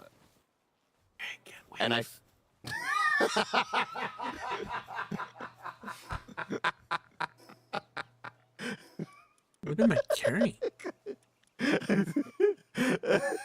Those predictions were made a while back, and I think Tim might be closer. I don't think it's like a location thing. You know what I mean? Like I Liza don't, Voss is a dope name. I'm telling you, dude. Yeah, I don't know- There's I don't- marketing there. I don't know if we add the subtitle. Everyone wants Wicked. That feels too DLC-y, maybe. Look to the western skies. I haven't seen the movies, but I went and the saw a lot. Broadway head, of course. Before we continue talking about Wait, the it's rest not of our that. What predictions, is it? we're going to move on to some ads.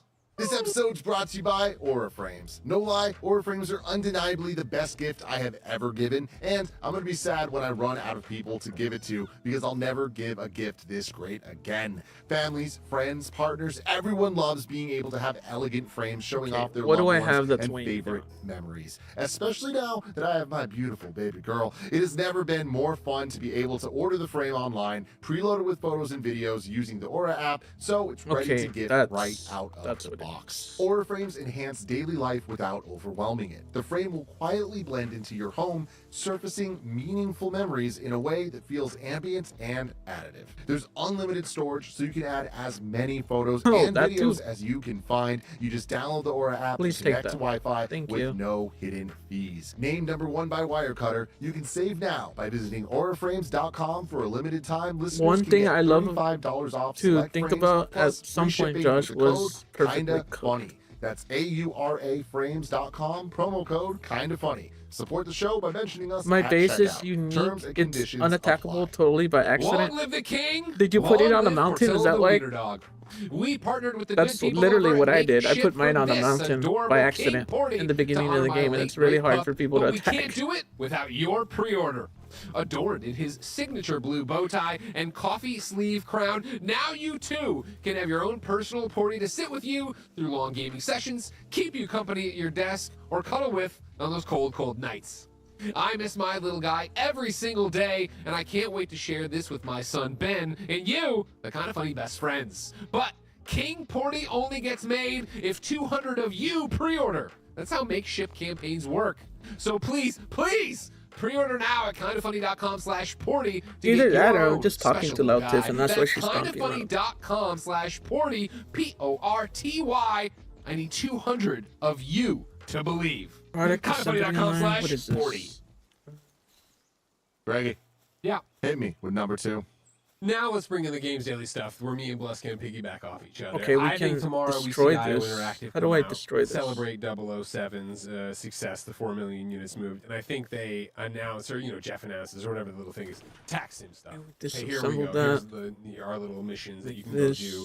Available now. Available now. I think you'll get at least one on Opening Night Live, yeah, or tomorrow, whatever. You know what I mean? The next 24 hours. and then a preview of other ones that are coming, like kind of a sizzle reel of that. What was the Lenny Kravitz thing they announced? Now you go to Bless. That's my thing. Is I think we'll see more info about the story DLC. So it is like Bobma is the name of his character. I built the exact DLC same focus one on him. I twice. forget if they even named Nice, the Josh. DLC. Good job. If they did, let me know. But I think we get stuff for that. In fact, I think we get a release date. I think they say it's in October. And then I think we possibly get more tax sim stuff. It'll be interesting if it's both of us together. Yeah. Because I'm not disqualifying. It was more, we had the whole cart horse conversation. Yeah. Less of I'm like, confused. is it you get the DLC first and or then more tax stuff, or is it you're going to get tax sim and then get DLC down the line? I don't see a world that they're not together. Like, because the fact that they announced this. But I think we were talking about release order for the record. Hold on. Oh, okay. Because I was saying we're going to get more tax sim, and he was Technology saying I is think we're going to confusing get me DLC. because I I think we get unlocked DLC this. first. Okay. Yeah, I think we're going to get more tax sim before we get the DLC stuff, which I could see. I could easily see. Oh, being I there need this tomorrow, and I would first. see that So being we like, gotta oh, go kill more. December. Are you thinking though? Because like I have here, Yeah. I think eventually we get attacks and stuff. Like I could see them even teasing a tax mission and being like it's based off an IP in the way that they did that for Hitman all the time. See, I don't think based off an IP, I could, but like I could see them Diabolical, chasing their but necessary. similarly elusive target stuff Thank and you. announcing, hey, there is a mission Thank with you. some Yeah. Mila Jovovich kind of like, you know what I Thank mean, level you. of there's a new star in it. But then I guess it's kind of stepping on the Lenny Kravitz thing. So actually, I take that away. No, Yeah. Tax Sim is going to be more basic. Here's new the missions to lightest- do in the world you're already doing. Lightest spoilers, so if you don't want first light stuff, I really save don't it give a for, fuck. By the way, it's called That's Lies of Bob. Not being unreasonably The loud. next That's true or not? 30 seconds. No, that's Liza P. joke. Yeah, they're See, fucking- I got it. The next 30 seconds. We didn't get the tax sim car stuff, right? The Valhalla. Didn't they come out? I thought we not. They announced I it. could have sworn I heard people talking about it. Maybe I'm thinking of just the trailer. Because I just remember on the menu that shit pops up. Yeah. We must have gotten. I can't imagine that coming out and me not playing it. I never booted up the tag. Valhalla Protocol is the thing. First line. Valhalla Protocol. I'm kind of tired of Oh, I guess yeah, it didn't come out yet. I just assumed it was already out. So, yeah, in that case, I think that drops when they like announce it, and then they also talk about this thing and have like, Yeah. a roadmap to that. yeah, that kind of does bring you back around to your side. I totally thought they Whoa, dropped okay, it. we're getting He's on my side. Too late. I already got him though. This prediction. Don't let him take it back. Okay. Well, I was gonna say because I think now we can probably agree on a prediction of like they dropped that, like at opening night live, and then tease more of the Bobma stories. that Like, ran yeah, off like that. Nikki into All the right, dark. make that Greg's prediction. Yes, Okay. the very And I'll toss in Was that I still trying think to they're gonna avoid put out spoilers the of their Lies futuristic base. Bobma this year. I'll say December. Well, Thank you. thankfully I'm not Okay. at the futuristic base I yet, like but that. I'm pretty sure you're there already. That gives me another prediction. I'm gonna go my way.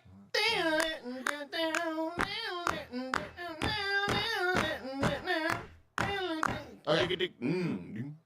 Bless. Yes. Number 2. Oh man. Oh, where do I go? 2 from Blessing Jr. Oh my god. Oh my god. Where do you want me to Fucking do it. Unleash that, you psychopath. Stranger Than Heaven is getting another trailer, Oh no. and guess what? Tupac isn't the only other special. Oh, I guest. thought you were saying they took him out. Probably. You have to name them though. You probably heard us Dr. arguing last night too. Dre. Is it? Whoa. Stranger But- Than Heaven. Whoa. was I gonna That's say? right. Snoop Say Dogg something. and Dr. Dre. Snoop Dogg uses Kiss some my connections. ass. He got Dre in the game. Stranger Dre Than loves Heaven games. Who's in GTA Online. You needs to are. be- Yeah. Okay. I hope that game's really good, But Dr. Dre is like even less of a main role. and I He's want to there see for more of it AC. really bad. Mm-hmm. Well, you see part of it. We see the Dr. Dre model in the game. Damn. You don't think we'd get somebody more gaming adjacent, like presently game? I know that Dr. J was in the GTA Online thing, but that was like 5-6 years ago or something. See, this is me thinking of what other connections can they use Snoop Dogg for? Like Snoop Dogg's in the game, obviously. Like through extension, they're able to get Tupac via that. Yeah. Are they really taking advantage of the hype and of like? I the don't one understand. connection I they don't know. have We to can't Snoop even Dogg hear to just be her like, "Yo, let's talking min when she max talks to Yeah. anybody. the doggy The dog. dog. So I don't know Ladies and what the gentlemen. fuck.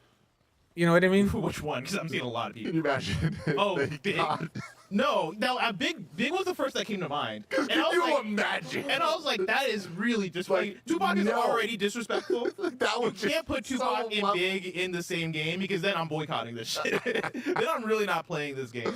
Oh man. Yeah, no, you can't do that. You imagine if the devs are like, well, we thought you guys were mad because we were like favoriting. No, we wanted to be equal. Like, no, that's not why we were mad. I did think Kendrick Lamar did come to mind. But no, I don't think so. A-Dot. I don't think so.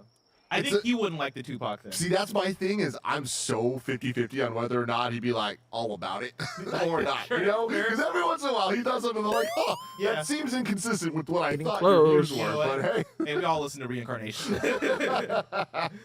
Okay, it's my turn. And now more blesses where I'm just like, I just don't know. Timmy, what you got on your final prediction? Timmy, what you got? This is Like, number my 2, second. Tim. It's my Second prediction. I'm gonna keep with my Tim shit here. I don't really care. Final Fantasy VII Like, I'm already kind of Revelation over that whole will get situation. a release date, and that release date will be. I'm at the point where in like, April. oh, you can straight up kiss my And that ass. bums me out Point. because Final Fantasy VII's 30th anniversary is January 31st, 1997. But they already said that spring is when it's coming. And January, as we all unfortunately know, is not in spring. It's in winter. Mm-hmm. February's in the winter as well. And another part of my prediction, just to keep this a little bit more like, I want some intrigue. Yeah. They're going to over-present the game. Okay. You know, it's going to be Full- similar to Summer Game Fest, where it's like we're not just going to get the trailer. We're going to get a trailer. We're going to get some stage presence. We might get a clip. We might go back to some stage presence. It's just going to be A little too much. a little bit too much. Okay. So we're gonna leave that kind of like, I wish they just stuck with either this or that. Yeah, and it's like we're going to love everything we see. We get a Chadley appearance? No Chadley. Okay. No Chadley, I don't think. Not brave enough, huh? Maybe Did you predict that? Tim or Chadley? I don't know. over presented. That's Did we Square fuck with Enix Chadley? middle name. You know what? All things considered, I fuck with Chadley. Okay. Mainly because we're going to fight this motherfucker in the third game. We're gonna fight Chad. We're going to fight. What, in virtual reality? Maybe not. Okay. Raid It's gonna be a approaching fuck. in We're gonna fight. 4 hours. We're gonna fuck him up. I He's mean, gonna go He's missing gonna one be like day. one of the big final secret bosses. Yeah, You know what I mean? yeah, you're right. He's gonna be like Simon in Expedition 33. Yeah. He's gonna piss everyone off because he's gonna be very difficult. He's gonna But then you summon get to every beat- I never summon. fought Simon. Really cool. It's cool. Or no, Chad doesn't know who Chadley is. And I like that he doesn't. Don't know. worry about it then. Andy, final prediction. Okay, final prediction. There's a lot of steps to this. Was that one. 3 minutes or 'Cause 3 some are hours? confirmed steps. Some are 3 minutes. unconfirmed. But then some are just straight up me just Hail Marying out there. Good. Yeah, there's no Tides of way Annihilation, that it's the we other know, thing anymore. will Like, be shown. for reals. Yes. For a fact. Shauna has a cute It'll be Pokemon. an official Oh, new yeah, his big-ass trailer, eyes like very Shauna. cinematic in structure. Not like pre-rendered, but it'll just be a lot of, It's you know, diabolical you just in can't their do sleep. that action, like it really showing off kind of story and getting people excited.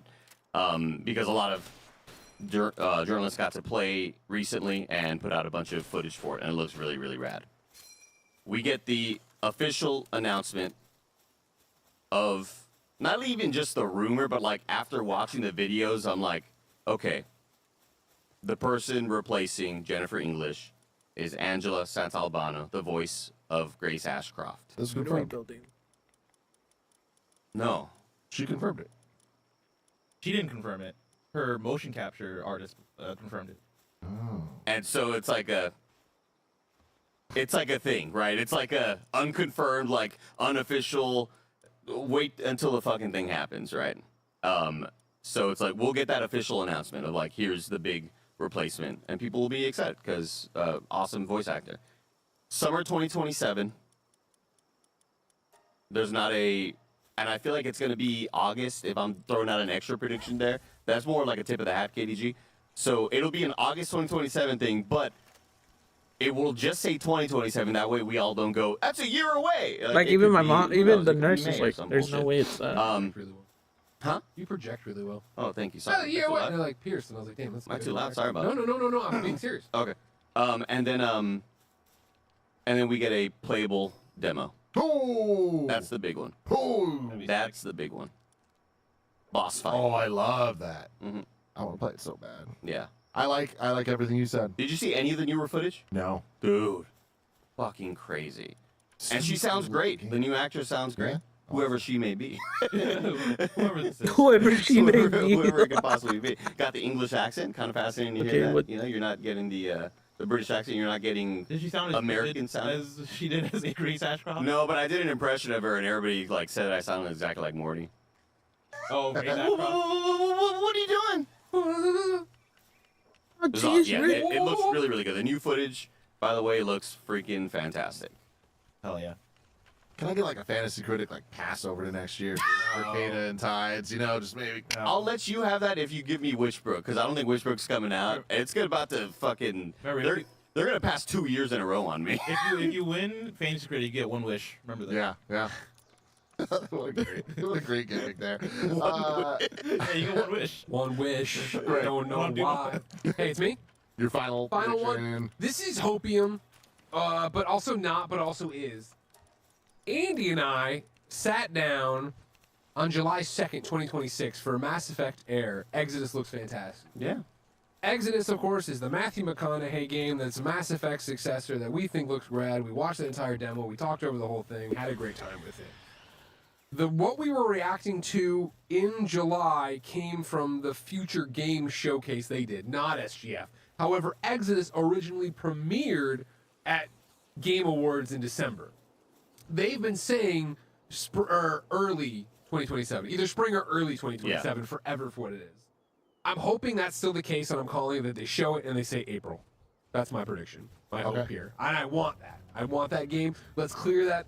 I mean, Yes. 2027 is going to be crazy. We already talked a lot about February, but give us February with Fable and God of War and the other game I already predicted or whatever, and then you get to play other shit there in March, and then April we get there. And I So hope, the big game, we got Final Fantasy 7 and we have Resident Evil Veronica. Yeah. So we have big games in that. and I think this one does it. It just get a little bit away from it, but you can't get too close to summer. You Yep. can't. I think April's a nice little place to call it for a little springtime game. Dang, not bad. 20K views on that one. I know, right? Thank you, everybody. For Thank watching. you, everybody, for it. We're gonna be writing longer than probably. That's an awesome one. You should check that one out. It's like I think the footage of this game looks so impressive and cool, and I think seeing it evolve, I think, is one of the more impressive things about it. Because early on, I'm like, Did the ooh, base this catch looks on fire? pretty jank. The spirit's there.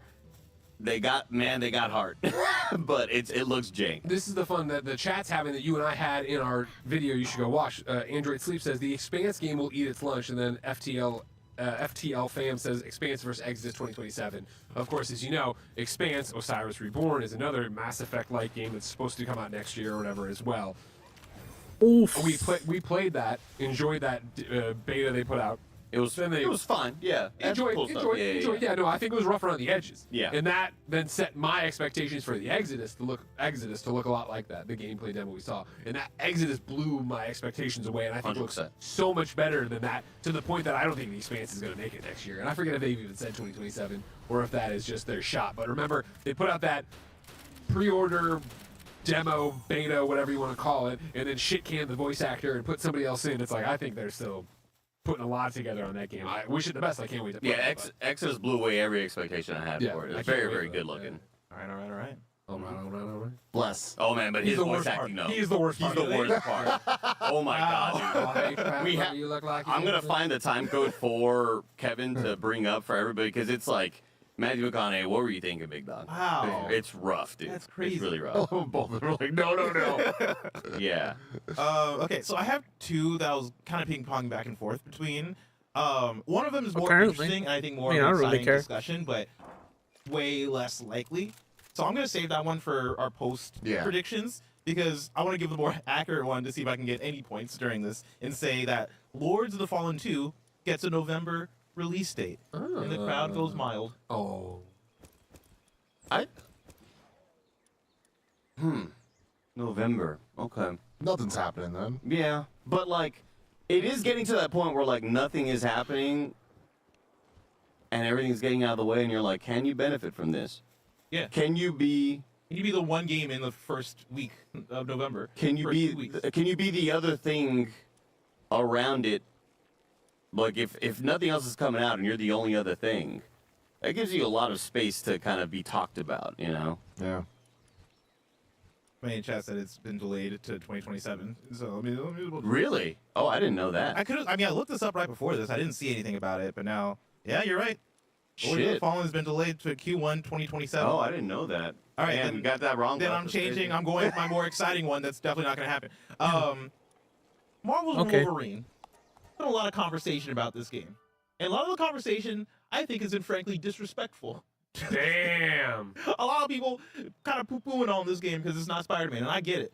Because I've been beating that drum for years. You know what I mean? Insomniac, great studio, A tier studio. Are they S tier? Not my opinion, but Wolverine's gonna come out. It's gonna be great. It's gonna be great, but I think I think they are an PlayStation S tier company. and Insomniac Like have a hardcore. last chance here to really hype people up for Wolverine. And so I think we're gonna get Wolverine's final trailer at opening night live, and you see a special character make an appearance. One in more the trailer. mutant. Or One something? more mutant. Spidey? Professor X. No, cool. no way. No. Professor X No, rolls. not a rolls chance. up. Not a chance. He rolls up. I love it. He rolls up, and What up, bitches? he puts his Shoots fingers. mind bullets. He puts his fingers to his noggin and he says, "What up, bitches?" But in telepathy. Oh my god. The I fuck think- is I up? think I- What it do? Now we're What just it do? what do we think from Wolverine the game or whatever? I think there's a end cutscene, whether it's actually after credits or whatever, some mission you do or whatever. But I think similar to like how Barrett's saying about running ones and twos, Barrett and me will talk about Ragnarok and like that final thing where it's like, oh, and then it goes black or whatever, and you can still play afterwards or whatever. I think eventually, I think the only thing you're gonna get is, I don't know if it'll be as on point, but it's gonna be, I think Wolverine getting to me, Cerebro. exactly, he gets pinged by someone, either whether we hear the voice in his head or it's just a, he's like, wait, what the fuck was that? Like, I think that's where we end that part. But I think Interesting. they're gonna show that do that. Also, I messaged this man Yeah. this over the weekend, and that was his first fucking response. That's really funny. That's really funny. It's Wolverine. I'm here. It's my Tim's final one. final prediction for opening night live, which of course is Tuesday, everybody. We will be live reacting to it on the Kind of Funny Games Cast. Your day will start earlier, right? Is that the early day? Yeah, 9:30 is the one, or am I thinking of GTA day? Next week's Ice gonna be cream crazy, and pickle everybody. is Just strap in. diabolical. And why not put Pokemon Worlds on top of it? You Yeah. know what I mean? Ugh. Nobody cares about us. I don't even That's know the how that problem. would. Yeah, Tuesday starts at 9:30 with Games Exactly. Daily. I mean, I'm not gonna 10:30 judge. is right. 10:45. I already did, Games but Cast, it's so too we late pre-show for into stuff. opening it live watch along reaction post show. You know. Yeah. Nobody cares about us. Everybody's seeing Grand Theft Auto 6 before me. I won the fucking competition. Keep that in mind, hackers. It's fucking hackers. I mean, More like Cyber Geek, I just stayed off because you're a geek. I can't Any wait. new I'm games not in seeing any beta of or this early GTA access 6 worth footage. checking out? We're gonna get I into saw that. one You thing. actually- Yeah. you don't. Yeah. Let me see. There's somewhere.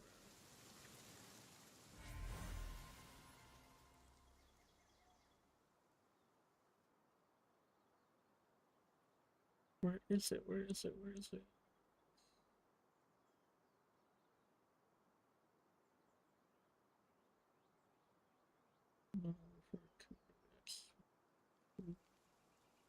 I had it here. I know I did. Yes.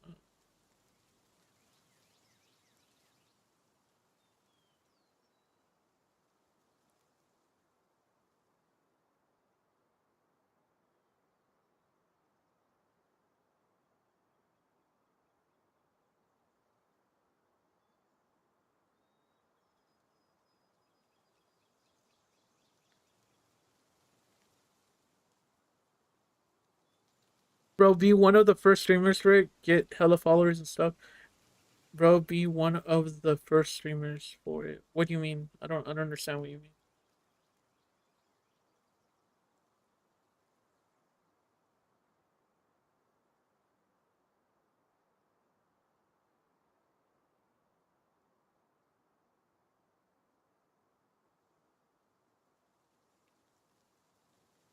Yup 10 list.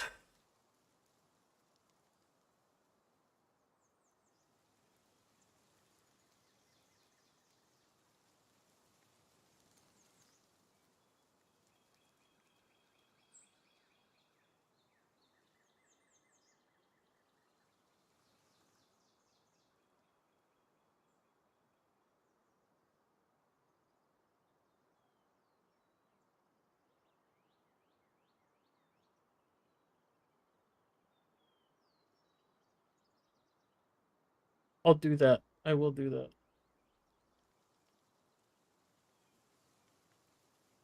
Let's see, Turbo Overkill. Let's see. The first one that they're recommending is Marvel Wolverine. But these are like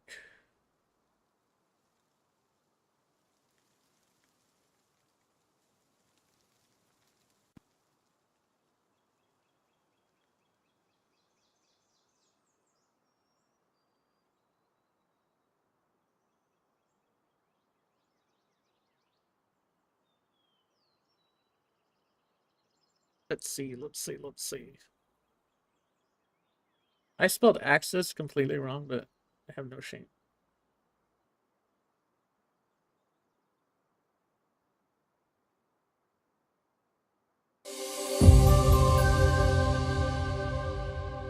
As jam-packed as July was for big releases, August is where the ball truly gets rolling.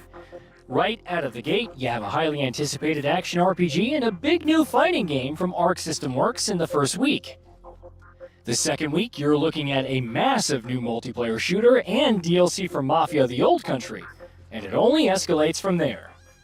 Your backlog and wallet may weep when all is said and done, but these are the 15 biggest can't-miss games of August, starting with one of the earliest launches in Beast of Reincarnation.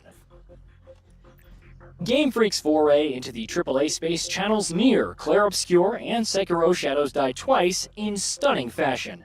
As Emma and Ku explore the world to liberate it from the Blight, players must hunt down and slay the Beast of Reincarnation. Of course, this is more of a road trip than an assassination contract, one ripe with danger, discovery of the old world, and more than a few colossal bosses.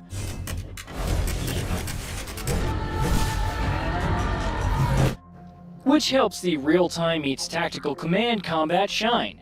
Call it a dark horse or Game Freak's most gorgeous work to date, Beast of Reincarnation kicks off the month in style when it launches on August 3rd. Mortal Shell 2. The concept of embodying the shells of warriors being ejected after fatal hits made the original stand out in the crowded Souls-like space. With Mortal Shell 2 out on August 20th, Cold Symmetry is going bigger. A larger world with dozens of dungeons, more enemy types, bordering on body horror, tougher bosses that push you to the limit, and of course, more shells. Don't worry about not having played the first game, this is a self-contained story that promises a much beefier action RPG experience. Reika. Between Palworld, Valheim, and Enshrouded all leaving early access this year, one might be inclined to ignore Reika. In early access since September of 2024, it also has its 1.0 release on August 18th. What sets it apart from the competition is its premise. You control an apprentice to Baba Yaga, who seeks to become a self-made witch. Base building, quests, and survival are definitely on the menu, but the vibes are immaculate, even as you ponder some morally questionable decisions. That looks fun. I want to be a Marvel witch. Tokone Fighting Souls. 4v4 fighting action with Marvel's biggest superheroes and supervillains duking it out for the right to save Earth against the champion. Between the Avengers, X-Men, and the Guardian of the Galaxy, Spider-Man, and more, players are spoiled for choice, especially since each fighter has unique properties and assists. Even if you're not interested in online play, robust rollback netcode aside, episode mode should keep you busy with over 10 hours of gameplay. We unassemble. You disassemble. With 2026 being so robust for fighters, it's time for Marvel Tokone Fighter Souls to make its mark when it debuts on August 6th for PS5 and PC. Duskfade. Sora from Kingdom Hearts, is that you? Don't let the Keyblade handle fool you, though. Duskblade is more of an action platformer where Zirian ventures to save his sister from the master clockmakers. Between exploring fantastical forests, deserts, islands, and whatnot, he has his work cut out for him. Maybe the combination of grappling, wall hanging, dashing, and more will fill the void left by Ratchet & Clank or Jack and Daxter. It's out on August 13th. That looks like an old school PS2 game. Mafia the Old Country, Man of Honor. Didn't this come out already? The base game's ending may have slightly soured those expecting a broader connection to the series, but Man of Honor seeks to fix that. Debuting on August 14th, it features 2 new chapters wherein Enzo works with none other than Eneo Salieri, who would appear in Mafia 1. New weapons, charms, missions, and vehicles are just the start, as you can also take on tougher challenges, new jobs, and more in free ride mode. The Sinking City 2. Lovecraftian horror by way of modern Resident Evil / Silent Hill, Frogware's sequel takes us to 1920s Arkham for its best-looking and perhaps most action-packed title yet. As Calvin Rafferty, you venture to find a solution for a ritual gone wrong, discovering body horror, cosmic apparitions. With optional investigations, choosing your road to madness has never been more streamlined. The Sinking City 2 is out on August 18th. Ow. Hell Let Loose Vietnam. Okay, Expression this is Games' getting model of faster. all-out brutal warfare on a massive scale has found a new place, Vietnam. And while the environment brings unique mechanics depending on the side, whether it's tunneling in rivers or helicopters for fire support, you can still expect massive battles with up to 100 players across 17 different roles. After suffering a delay, it's now launching on August 13th. Agent 64, Spies Never Die.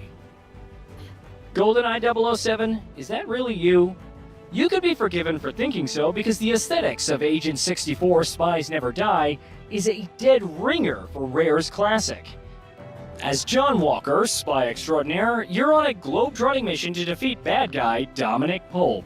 Between objectives like rescuing hostages, hacking, and whatnot, alongside split-screen and online co-op with 3 difficulty levels, there's plenty to keep even the most ardent fans occupied when it launches on August 11th. Metal Gear Solid Master Collection Volume 2. The legend finally returns, as much as Konami has All these are redeemed games that came out already. 10 best games. August. What's War Dogs? Okay, I'm gonna mute this and watch TV, but I'll leave it playing. Thanks.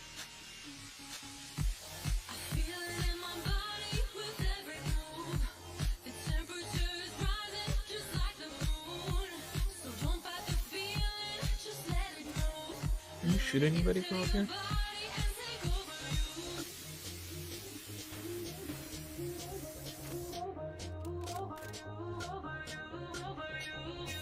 Uh-oh. Oh, wait, never mind. That was a... Let's see what's next.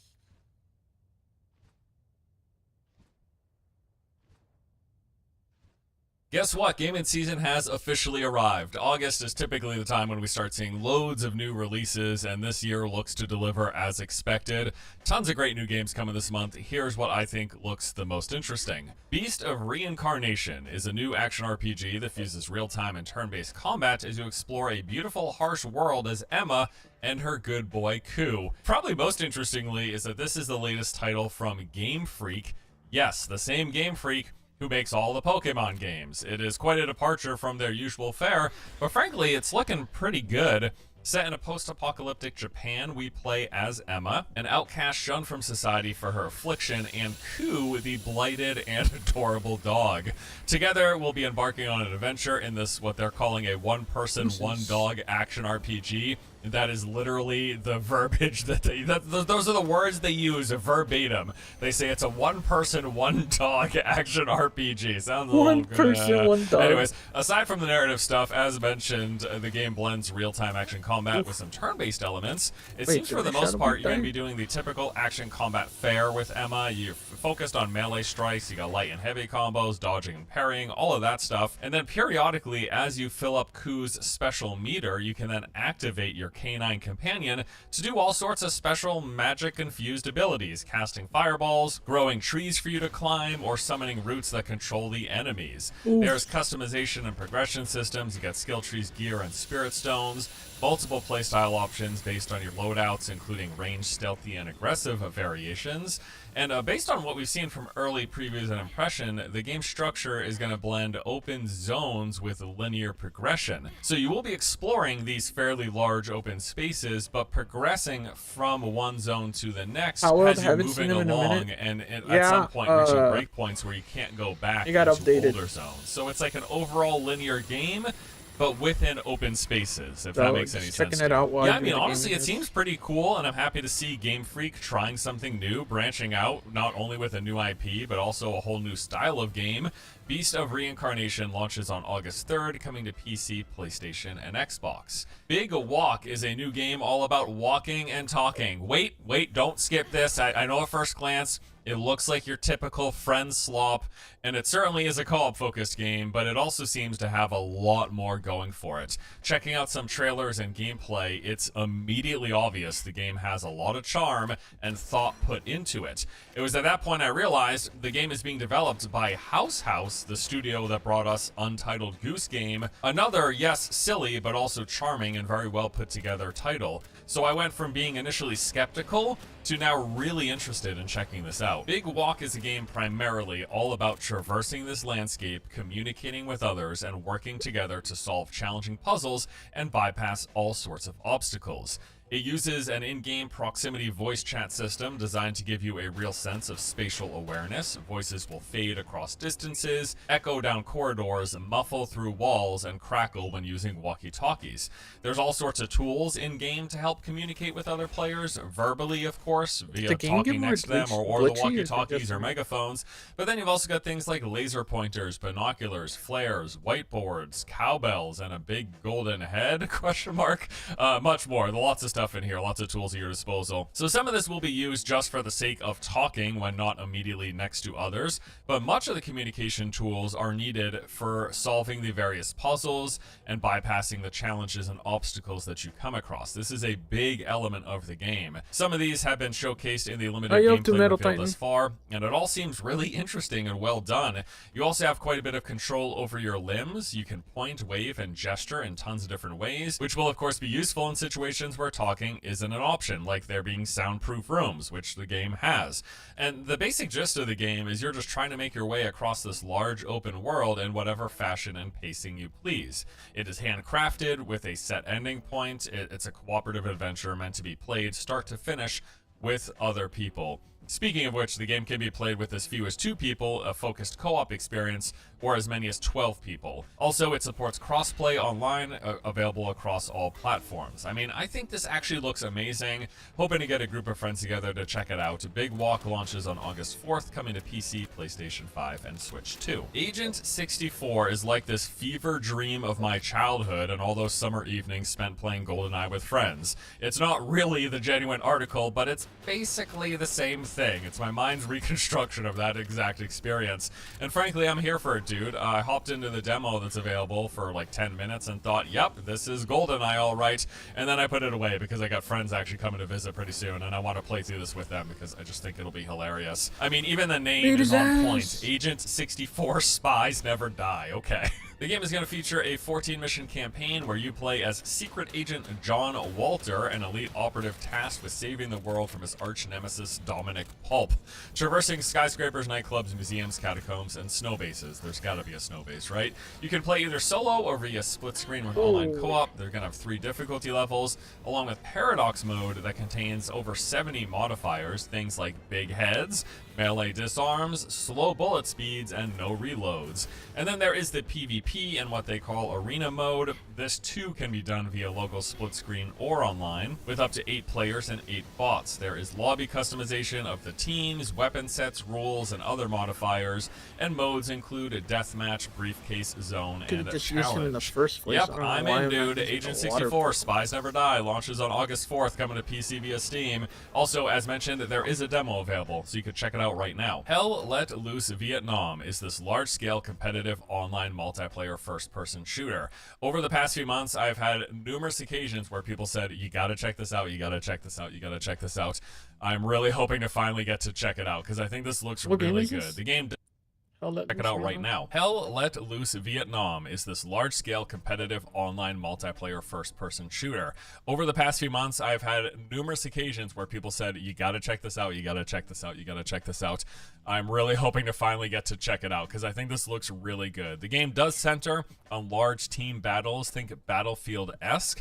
So it's 50 versus 50 multiplayer lobbies. I Takes want to place try across this. 6 large-scale maps Probably with when time it- of day, weather is it only variants, on and PC? extreme terrain to contend with. You can play either as the North Vietnamese Army or the U.S. Armed Forces. There are multiple game modes, including offensive, warfare, and more. It's got emergent gameplay elements that encourage the use of chain of command to build teamwork and deploy a unique set of tactics and weapons for every battle. So there are 17 different battle roles across 6 battlefield units. These include the top of the line, commander. Below that, you got infantry with squad leaders, riflemen, grenadiers, engineers, medics, specialists, and machine gunners. Then there's your recon with the spotters and snipers. Armor includes tank commander and crewmen. And then there's helicopter with logistics officer and pilot, and the mortar squad with observer, support, and gunner.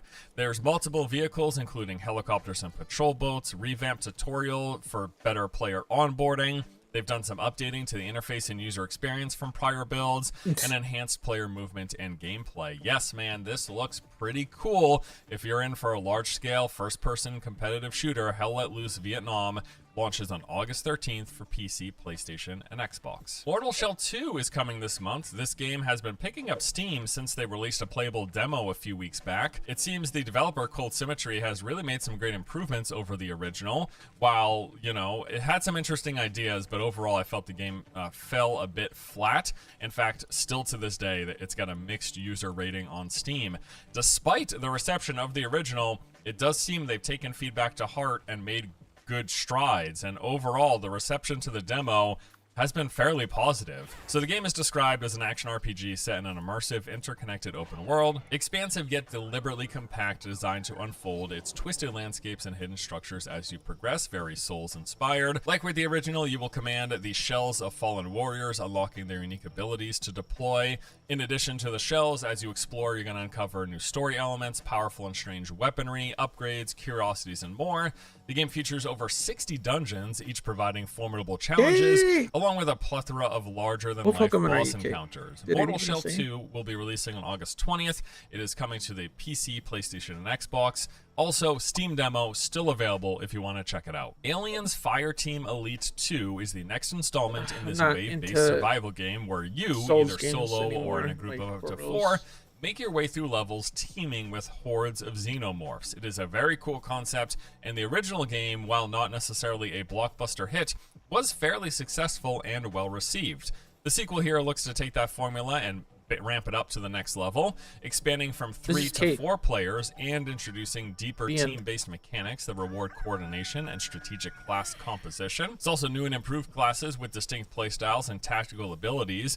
Massive variety of new xenomorphs are going to force you to stay mobile, maintain situational awareness, and use every tool at your disposal. Beyond the expanded weaponry and gear customization, there's also a new specialist, a fully customizable class where you can mix and match major and minor abilities of other classes.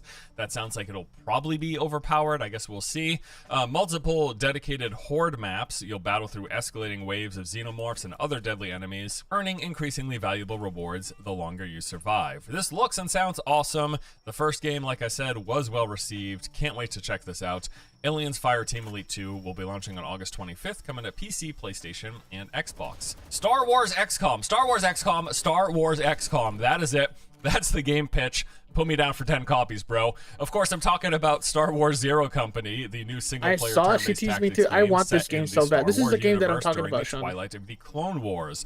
And holy crap, man, I can't wait. I was a massive fan of the original XCOM. It's such a great turn-based strategy game, and Zero Company looks to just be that, plus the Star Wars setting and some more narrative stuff, which whatever. Now, adding to my anticipation here is the studio developing the game. Bit Reactor is made up of a ton of former Firaxis developers, Firaxis being the studio that made the original XCOM. So yeah, man, I am just praying that they deliver here, and this turns out great, because the premise alone is exactly something I would love.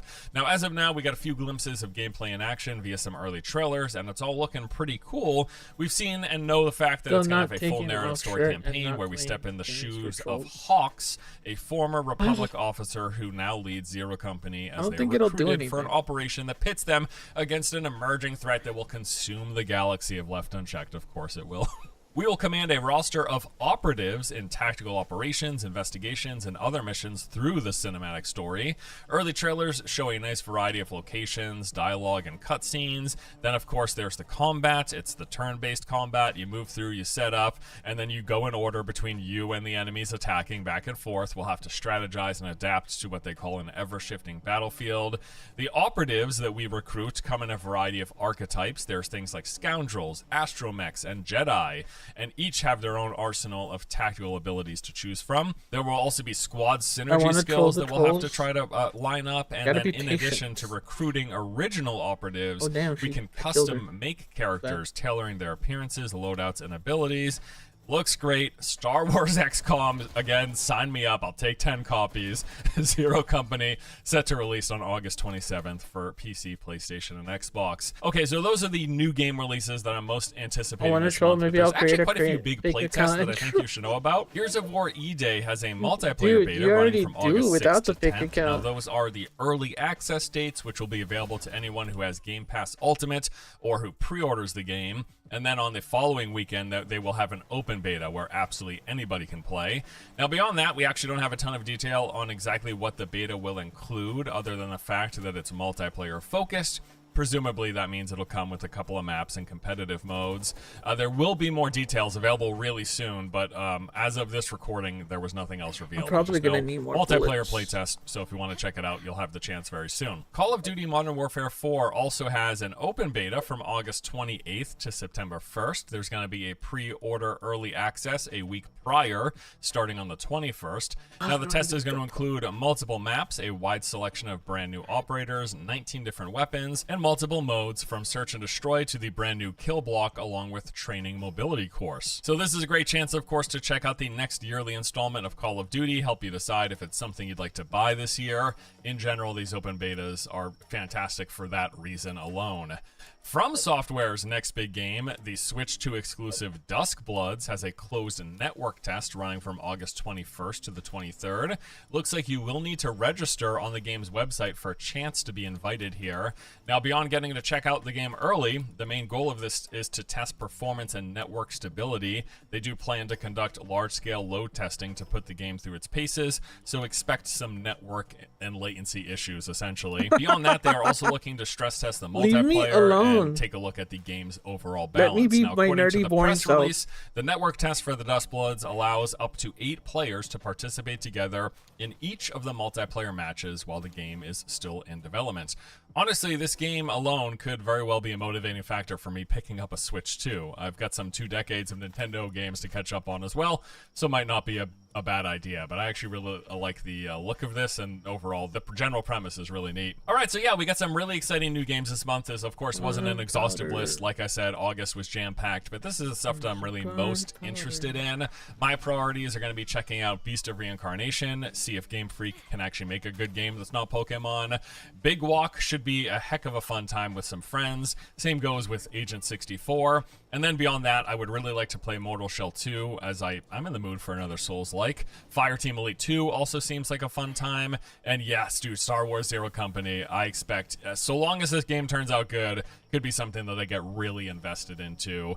Also, I guess if I pick up I a Switch 2 really this hope month, it's maybe I'll good. try to get into that Dust Bloods test. Do me a favor, like and subscribe if you haven't Please don't already. be bad. I think it's been over a decade since I've asked anybody to do that on the YouTube channel, but apparently it helps. Thank you as always for watching. Hope you enjoy. And also, let me know what big games you're looking forward to this month, because I know there's more than what we covered here. So anything not on my list that you absolutely think worth checking out, let people know below. it's right That there. is all for today. I'll see you guys in the next one. Take it easy.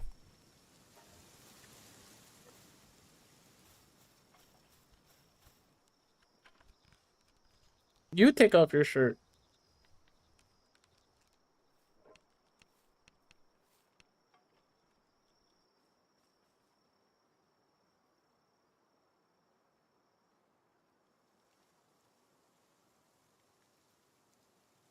It's my continuing mission to bring you, well, upcoming games for the next month in my lists. Today, got a ton of games to cover for September, so sit on down and give me a heads up in the comments what games that you're interested in. I'm sure I missed some because there's about 2,000 coming out.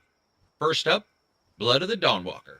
Honestly, there's a species of RPG that brags about choice while herding you down the same path toward the same dragon, and then there's a species like this next game. Blood of the Dawnwalker wants to make choice matter, and it's taken a 30-day clock on the claim. 30 days seems a little risky. Some of us can't even remember when to pay their monthly rent on time, so requiring you to make sure your family's safe in 30 days is probably going to be pretty hilarious. Rebel Wolves is the studio, and it's a third-person dark fantasy action RPG. This comes out September 3rd, and it's for the PC, PlayStation, and Xbox, with Bandai Namco publishing. And in a small act of mercy, no de novo on PC. Now, the setup is a 14th century kingdom and a valley up to its blood-sucking nuts and plague and vampires. An ancient lord that seizes the place with a deal that sounds almost humane in the first point. For example, he cures sickness. He scraps the taxes. He asks only a few drops of blood from every adult each month and then quietly kills the weak at a giant gathering. Now, you're Cohen, a miner whose silver-laced blood botches the vampiric turning, and you become a daywalker, human by day, predator by night. And when the main lord snatches his family for, sacrifice, he gets 30 days and nights to claw them back. The genius move here is the idea of not the countdown just hissing away in your ear, but actually, depending on what you do and when you do it and taking story actions, it moves the day forward. Each one sliced into 8 segments for day and night. And an hourglass warns you the cost before you spend it. But it is a little bit of an investigative game, and there's more overall clues than there are hours in the day. So the first run is guaranteed to leave characters and entire threads on the floor and blow the deadline away, which requires you to go back and play more if you want to see more. The day and night split keeps it from feeling like Witcher cosplay with fangs. Daytime is where you do your social and investigative parts, carving runes into your own skin to interrogate the freshly dead, and with the unique battle system I've seen in some previews, it looks pretty cool.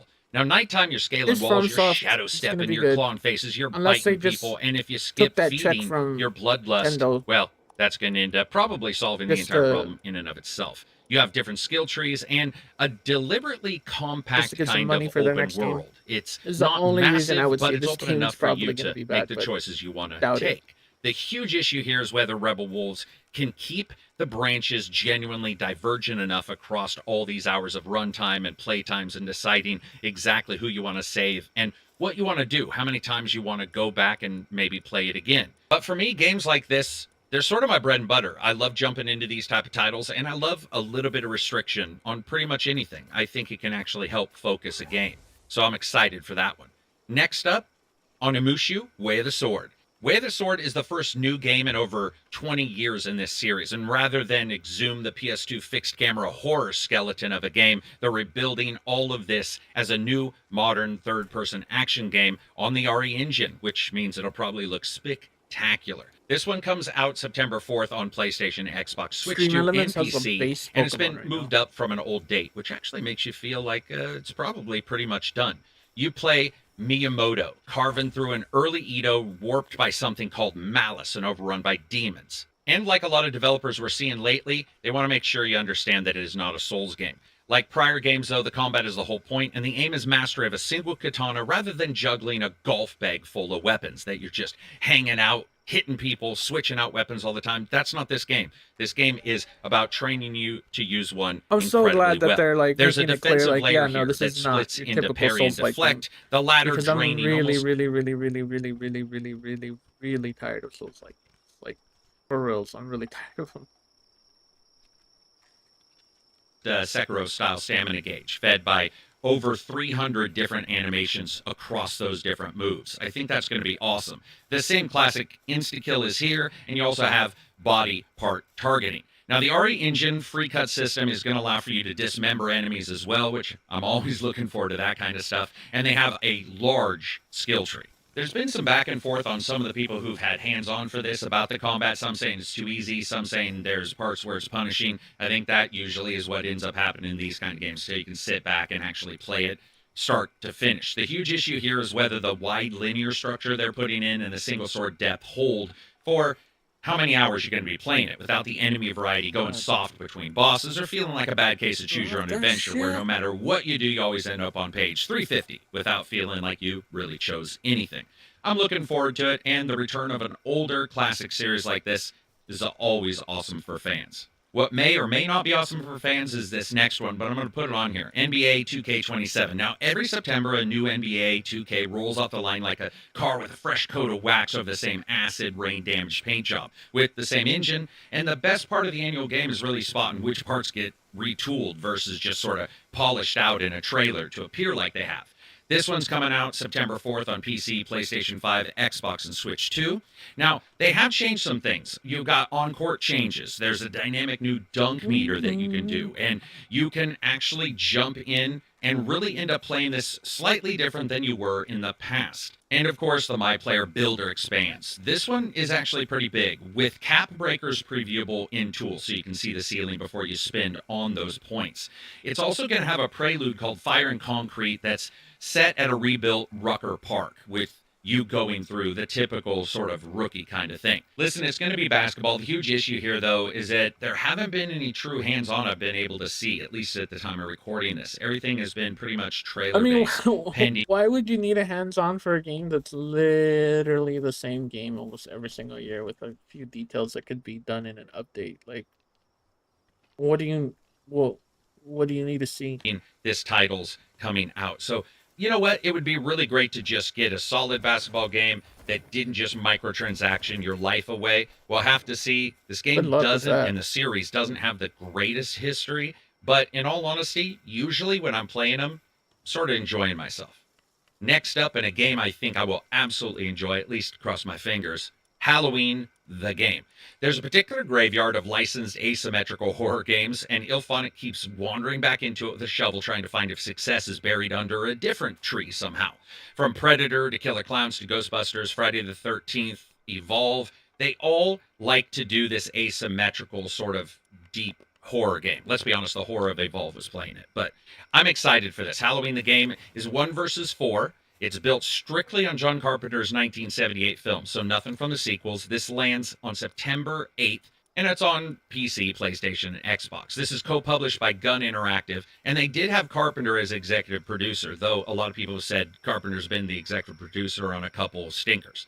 Now, one player's Mike Myers, slow and killable, steadily really stronger with every single comes kill. to games, 4 are different residents of the town trying to land that last moment before they end up getting killed and escaping out of that sandbox. What's very interesting here, though, is the town is going to be populated. Survivors can direct NPCs to hide, call 911, arm up, or follow you, and Myers hunts those same people for power, with named special targets bending each side's sort of feel, and a fear system, rotten courage, for those people who are running around. I like the idea of all of this kind of mixture. Myers' signature trick is, of course, the shape jump, letting him vanish into the dark, phase through barriers, and reappear for that ambush, because that's one of the things about the Halloween movies. No matter where you go, that slow stalking son of a bitch ends up in front of you. And one of the coolest parts about this, downed players can actually come back as a deputy or Dr. Loomis. We'll have to see how that works out.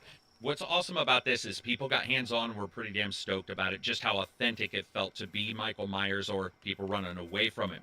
There were some people that had issues with the idea of the replayability here, but that's a thing that happens with the async games, I think, and a lot of times it's just about the players who end up really buying into the fiction and sticking around. I can say this too.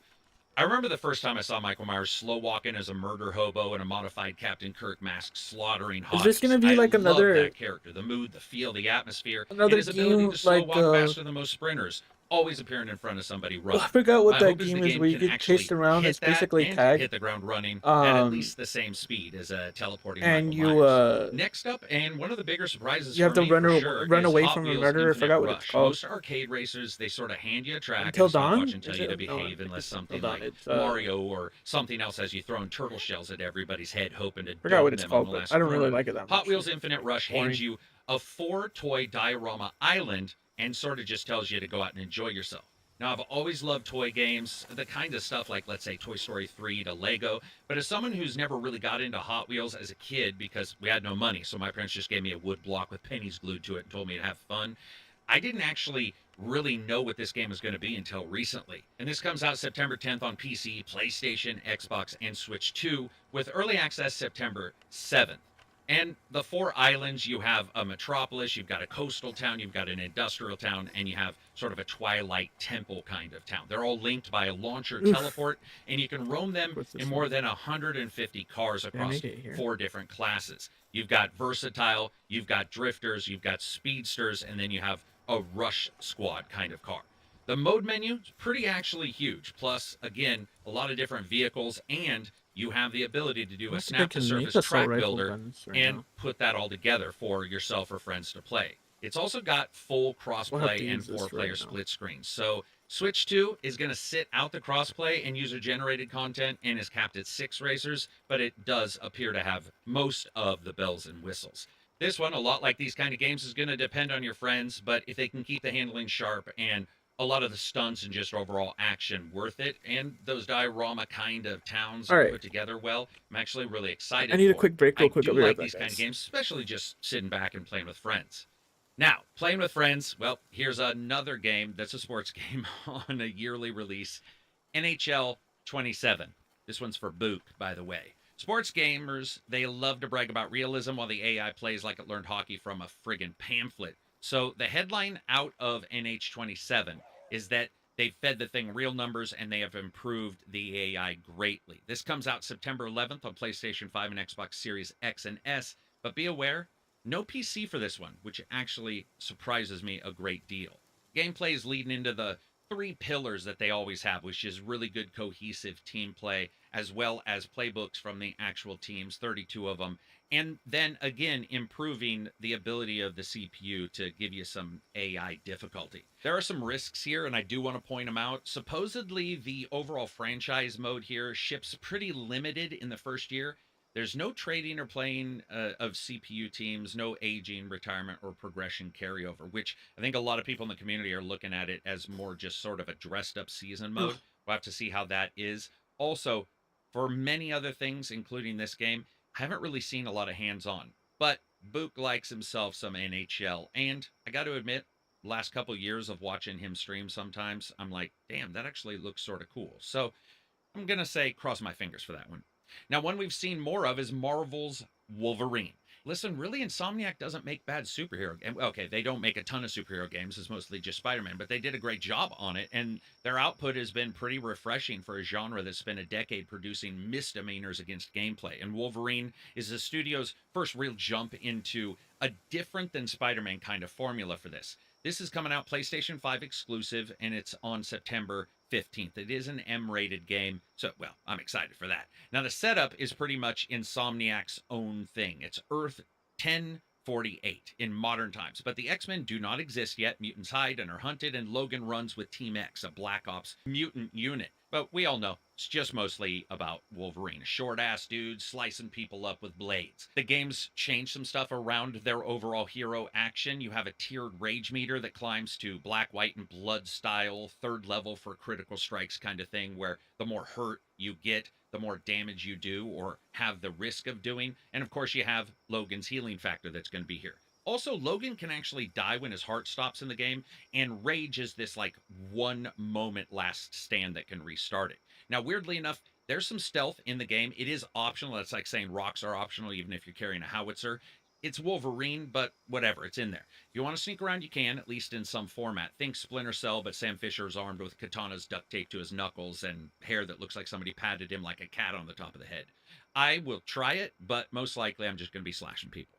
Also, you got Jean and Sabretooth in the game, and a ton of different enemies, the Hand, Lady Deathstrike, and others. The issue here, once again, is whether the linear feel lets that rage and recovery loop work and the mature tone breathes the way we want in a non-open world map. I think the idea of going linear with this makes sense just for that character, so I'm excited for it. While I'm not the biggest Wolverine fan, I'm a huge fan of decapitations and chopping arms off, even in the safety of the game, so I'm going to be there day one.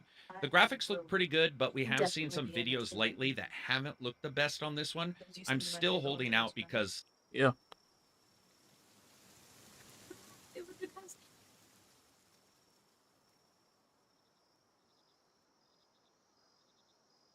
All right, guys. I think I'm gonna cut it off for right now, and I'll be back. I'll do a regular stream with my face only on YouTube or TikTok, whichever. Um, but yeah, it'll be a chill stream. I'll be back in a little bit. We'll do it for like an hour or two. But yeah, we'll be back.